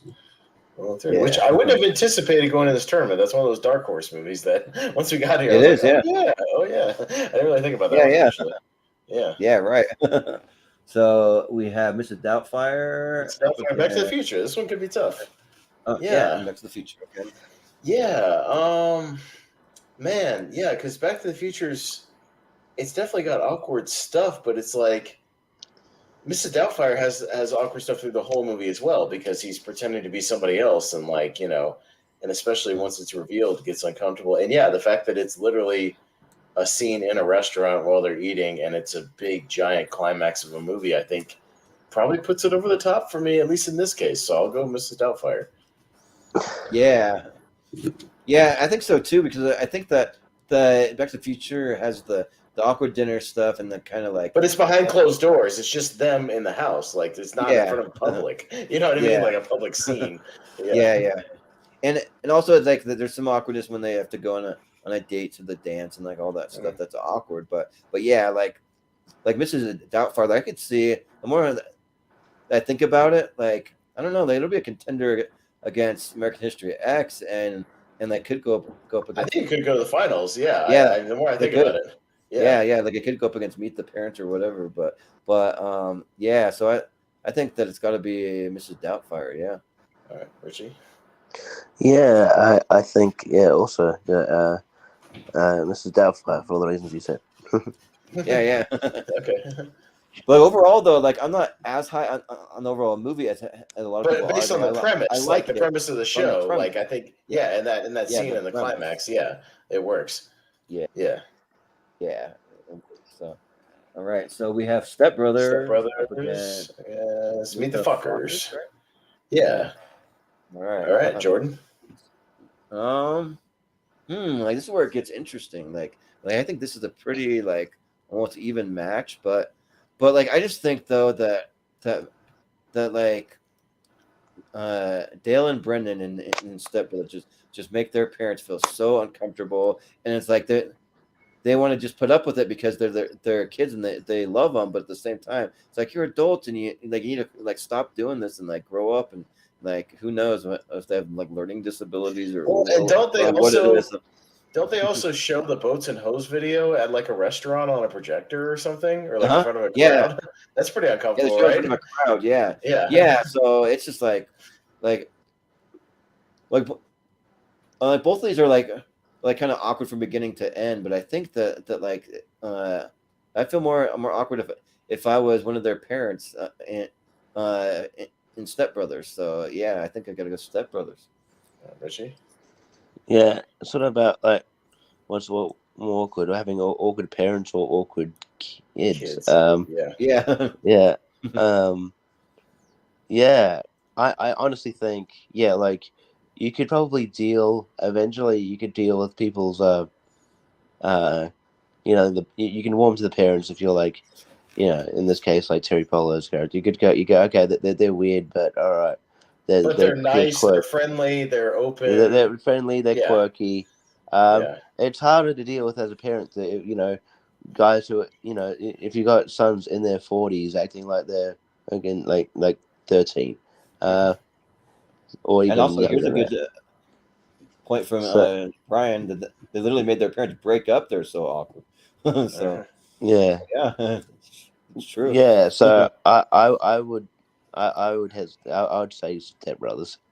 Yeah. Well, Austin? Yeah, the more I think about it, yeah, Dale and Brennan might be more of an overall public embarrassment than like quirky parents, although there are some very, awkward scenes. But it's not quite as awkward as Meet the Parents, like the original one. So I'll go with Step Brothers too.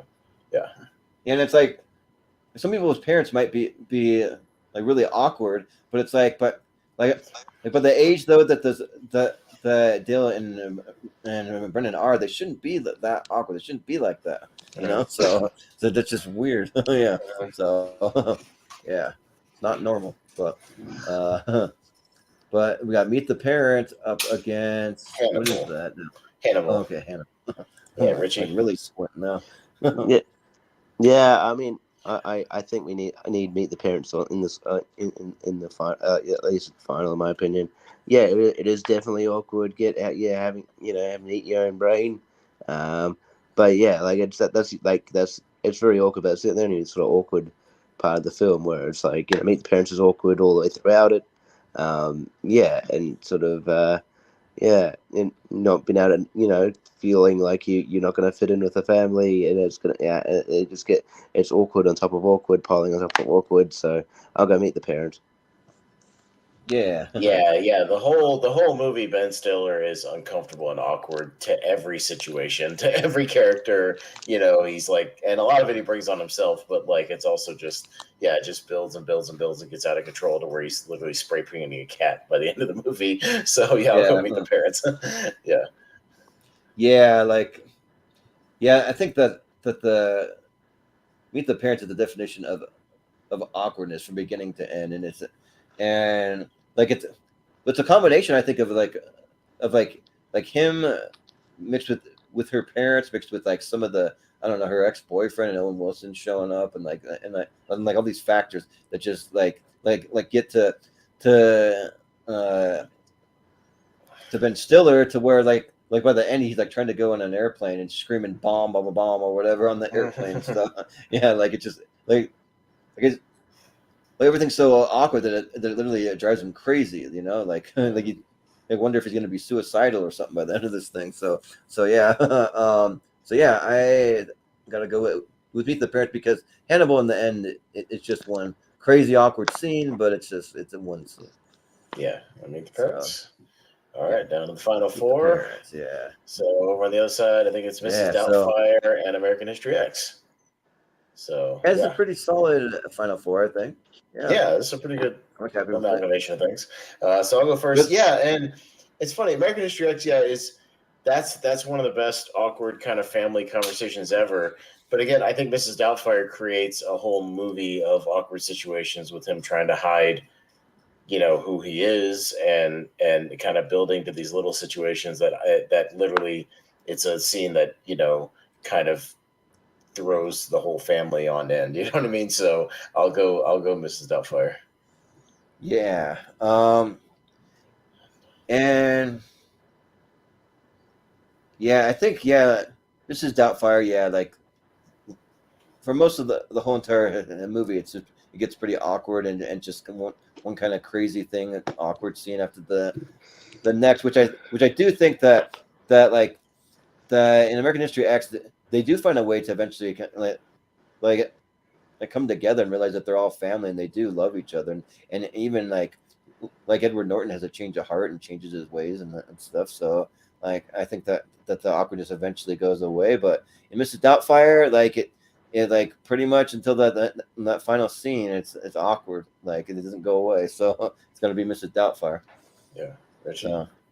Yeah, I think Mrs. Doubtfire is definitely that there's more awkwardness throughout it. Yeah, like the American History X, it's uncomfortable, but and it definitely has some awkward ramifications. But I think Mrs. Doubtfire is just more awkward throughout the movie, given that he has to conceal his identity, and so I'll go Mrs. Doubtfire.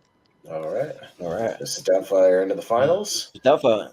Yeah. Into the finals. All right. On the other side, we got Step Brothers and Meet the Parents. So it'll be interesting. Two of the 2000s comedies. So Jordan, you got to go first. Oh man. Yeah, this is really tough because it's look, for as mad as I am about well, I wouldn't even say mad, but just like for much as I think that that Christmas Vacation should be here. I don't think that I would pick Christmas Vacation over either one of these two though. It's just because like gets even more awkward because yeah, like we were talking about the awkward dinner scene, and I think that it rivals these dinner scenes, but then like to come to a winner, I think you got to go with the overall movie, how awkward that it gets, and I think, man,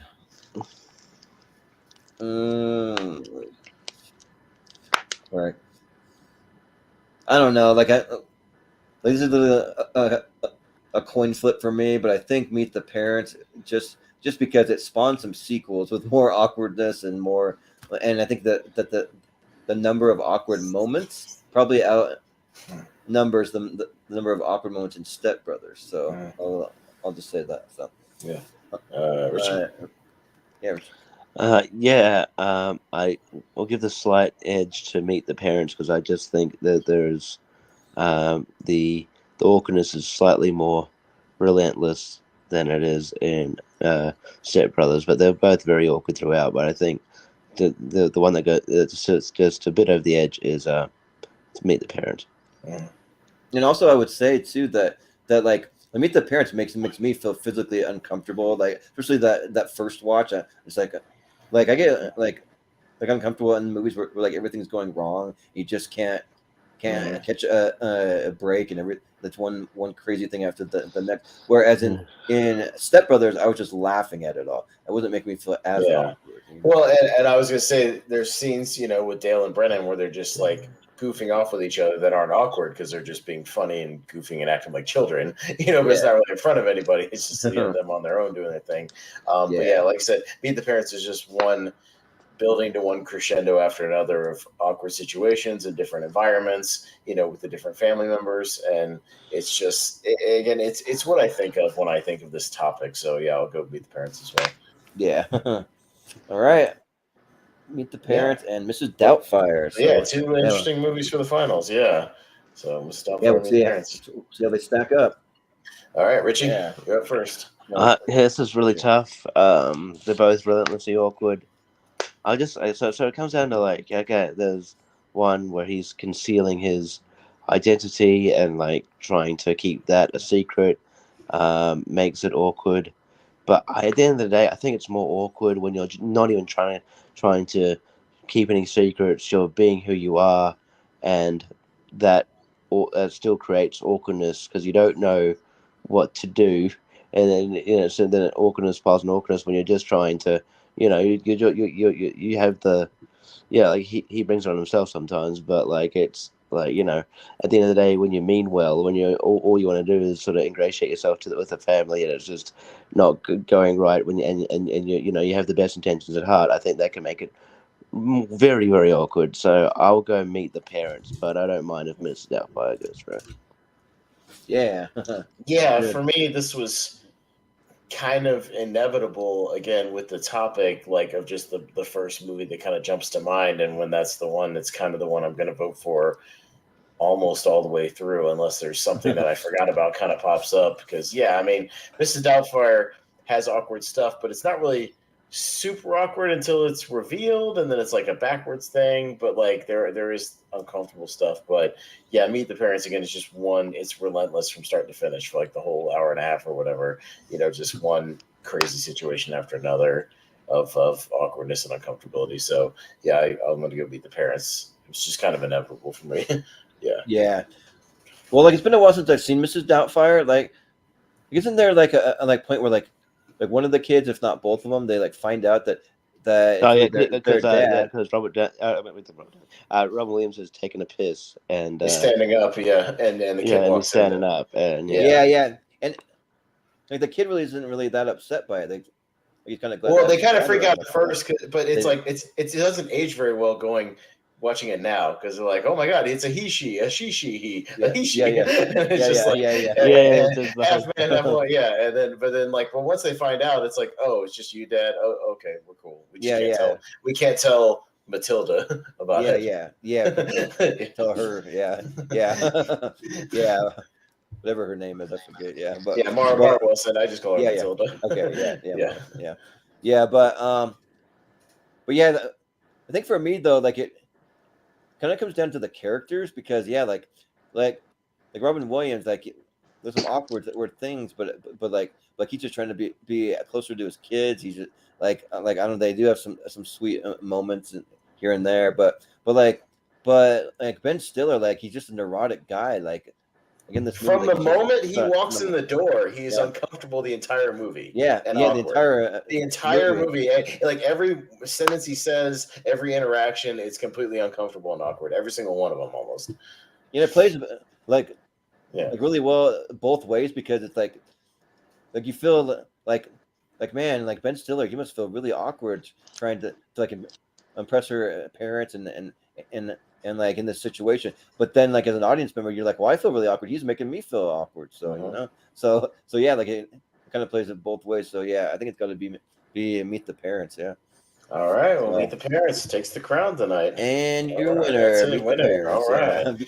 Nice. Nice. And we've got There you another go. unique movie for the 64 list. Excellent. I like it. Yeah, It yeah. works. And it works. It's a worthy winner. Yeah. And for me, like I'm more of a Ben Stiller fan than most. Like I actually love Ben Stiller as an actor, so like I'll watch anything that he does. So yeah.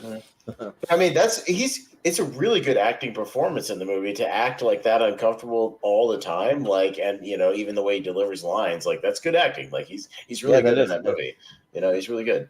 Yeah. So I was kind of zoom it out. Just like to give one last look, but yeah, some pretty awkward movies. So if you ever want to watch a good movie that'll make you feel awkward, just like pick something on this list that you saw here and give it a watch if you want to feel awkward. I don't know if some people want to feel awkward, but just like sure, then why not for the hell of it, right? Yeah. but Right. but that'll do it for us tonight. So yeah, not too bad Yes. on the runtime, right at 3 hours. So yeah. All right. Let's go ahead and we'll do some quick plugs and that'll do it. So we'll start with Richie. Where can we find you? Yeah, you can see me on tournament. Yeah, obviously tournament fights, T ranker. I'm on most of the episodes coming out throughout the month. So you should see me there. I think I've got my part 2 of 128 coming up soon as well. So you can see that there. I'm part of a wrestling trivia tournament on Combat Wrestling Trivia. I'm part of the Clash of the Combatants tournament. I'm doing pretty well. After I did my last match, I was first in. I was literally winning the whole thing. So we'll see we'll see how that shakes out right at the end. And then me and my friend Robert Cameron have a podcast about Tubi called Tell 'Em They're Streaming, sort of a nod to the Australian movie The Castle. Like the last episode we did we put out there was a movie called World War 4. It's very much a slog to get through, but there's still some good banter to be had. And I believe the next episode going up will be a Death Sport with David Carradine. Basically, I mean, watch the review, but it's basically Star Wars meets Mad Max Fury Road, and it's weird because David Carradine is high throughout the whole movie. Well, I mean, he was in the Death Race. He's in the Death Sport. What other kind of days? And Kill Bill. It's a lot of killing and death around David Carradine. There's a lot of death around David Carradine. Yeah. There was literally one of the Red Letter Media guys. The Red Letter Media guys were watching some video, and I was watching some movie. I swear there's a scene where David Carradine goes to hang himself. They're like, no. Oh no. Yeah. That's awkward. Nice. Yeah. But he died in real life. Probably we just did a recorded a Christmas episode. We did Black, and that will come out obviously near Christmas. We did Black Christmas, pretty good movie. We're also the next Christmas one we're going to do before the season finishes is Silent Night, Deadly Night. So there you go. Saturday Saturday Night 2, Night. right? Is that what y'all did the second one? Yeah. Yay! With the great Eric Freeman. Oh, it's so He's the one that good. made it very far in our best Christmas movies last Yeah, year. and nobody had seen it except me. I just sold it all the way to the Elite Eight. Yeah. It was great. Yeah, right. It's fantastic. So, well, yeah. no, that one's good, Richie. Again, because even if you haven't seen the first one, they half of that movie is just recapping the first movie, so it's great. Yeah, basically, yeah. Yeah. So, So no, that's got that to look forward to, and yeah, I'm on Jordan and Owen's channel doing trivia sometimes, and yeah, other than that, yeah, I'm around. I filmed a battleground match today, so that should get up soon. Yeah. cool. Yeah, sounds good. Well, Austin, Yeah, I'm also in Battleground. I'm in the tournament, still hanging in there. So I've got a lot of matches going up over on TMG. I think my match with Alan Shepard goes up this week. I think, and that was like probably the quickest match in Battleground history because Jacob West hosted it, and we had a time constraint, so we taped like a 45-minute match. So it'll be a quick watch. The match actually happened. He actually did show up, huh? Yeah, he showed up, but he had a time constraint, so there's like no promos, there's no like ending words. It's literally like, hey, we're here. Question number 1, go. So if you want to see that, have fun. And then I'm in Jordan Owens' a show about trivia tournament still, so I'm in the semifinals. So I'll be facing Antonio Chavez at some point, probably this week. We gotta figure out what night works for both of us. We'll be doing that this week, so you can look out for that. And then I'm just around here, obviously, so you can check me out on here. Yeah. Mhm. And yeah, as always, you can find me or find everything for the channel on at Movie Hero 2121 on Twitter and Instagram. You can find us over in the Shoutout Friends and Family group over on Facebook, where we're gonna have the poll up in the next day or two for this episode, so you can vote on what you think is the most awkward movie of all time, with either awkward dinner scenes, awkward family moments, all that type of stuff. And let's see, I've been trying to work on putting out some more snack heroes. I kind of took a little break because it's like there's a famous Jim Gaffigan joke where they're like, well, what do Americans do to celebrate Thanksgiving? We just overeat. So we've been overeating for a day. So maybe in a couple of days I'll do a snack hero again. And I guess just and then also we have a Patreon. So if you sign up, if you go to patreon.com/movie hero, you can sign up for that. We have all kinds of exclusive episodes, which I am working on re-uploading the best wrestlers theme music, which got blocked because I didn't think you could get blocked with a private video, but apparently you can. So I have another way to upload it. I just won't have time to do it for about a day or two, but so just bear with me. But I'll get it reposted. So people can make custom Titantrons with the music and not get blocked, but we play that one and we get blocked. Yeah, bullshit. I call we have bullshit. it play it. Yeah, we get blocked. That's just weird. Yeah, it doesn't make any sense how it works. I'm not a fan of censorship, but that's a thing for another time. But I would argue that ours is on fair use because we're commenting and voting on and reviewing the songs, and that's fair use. So yeah, right. Yeah, that's no more different than a reaction video you see 8 million of on YouTube. Yeah, like a reaction video of someone replaying the trailer. So yeah. Maybe next time we'll just put them in some weird little boxes and like tilt it to the side so you can avoid their like algorithm thing. You just plaster the Movie Hero like logo on the front of it. Yeah, and then like it's like blocked. But yeah, we'll be doing some giveaways there. We'll be doing some more exclusive episodes and things like that. And then I am gonna post the upcoming schedule for the next 2 months on the Showdown with my friends and family within the next 24 hours. I'm going to try to do it tonight, so because we need some more people to sign up. So if you want to be on an episode of Tournament Fights or Tier Maker, watch for that. And then probably within the next 2 to 5 days, I'm going to do an extended schedule that might go 3 to 4 months out, maybe on the Patreon, so you can get a little jump on being on some episodes. So just watch for that. And then I'm also gonna start doing some gaming because I got my hand on a little something, a little PlayStation 5 here. So the gaming's coming soon. Probably it'll start out as like some real simple, just the game on screen and like me in the corner. But if there's anyone out there who knows how to use OBS Studio, like I really want to learn. So like if anyone knows how to use that, wants to teach me, or maybe even point me to some links or some websites so I can go and I can learn that. I want to have like a really cool setup eventually. So, but it'll take time. I'll get there. So yeah. But and then some episodes we have coming up. Just a little preview here. We're going to be doing. Our next one will be Brian Nussbaum's Top 128 Championship. That's coming up on Tuesday, or actually Wednesday. So. I was going to say, did you say that was Wednesday, right? Yeah, because he wasn't able to do it on a Tuesday, so we're doing it Wednesday and starting at 8 p.m., an hour early for Brian. And then we'll be doing Richie's Part 2 on Friday, so we got that one coming up. And then we'll be doing Jordan Owens' 128 Championship, and then Ross Bristow's Top 64. So that'll be everyone's favorite movie episode for a little bit, and then we have Best Christmas Characters.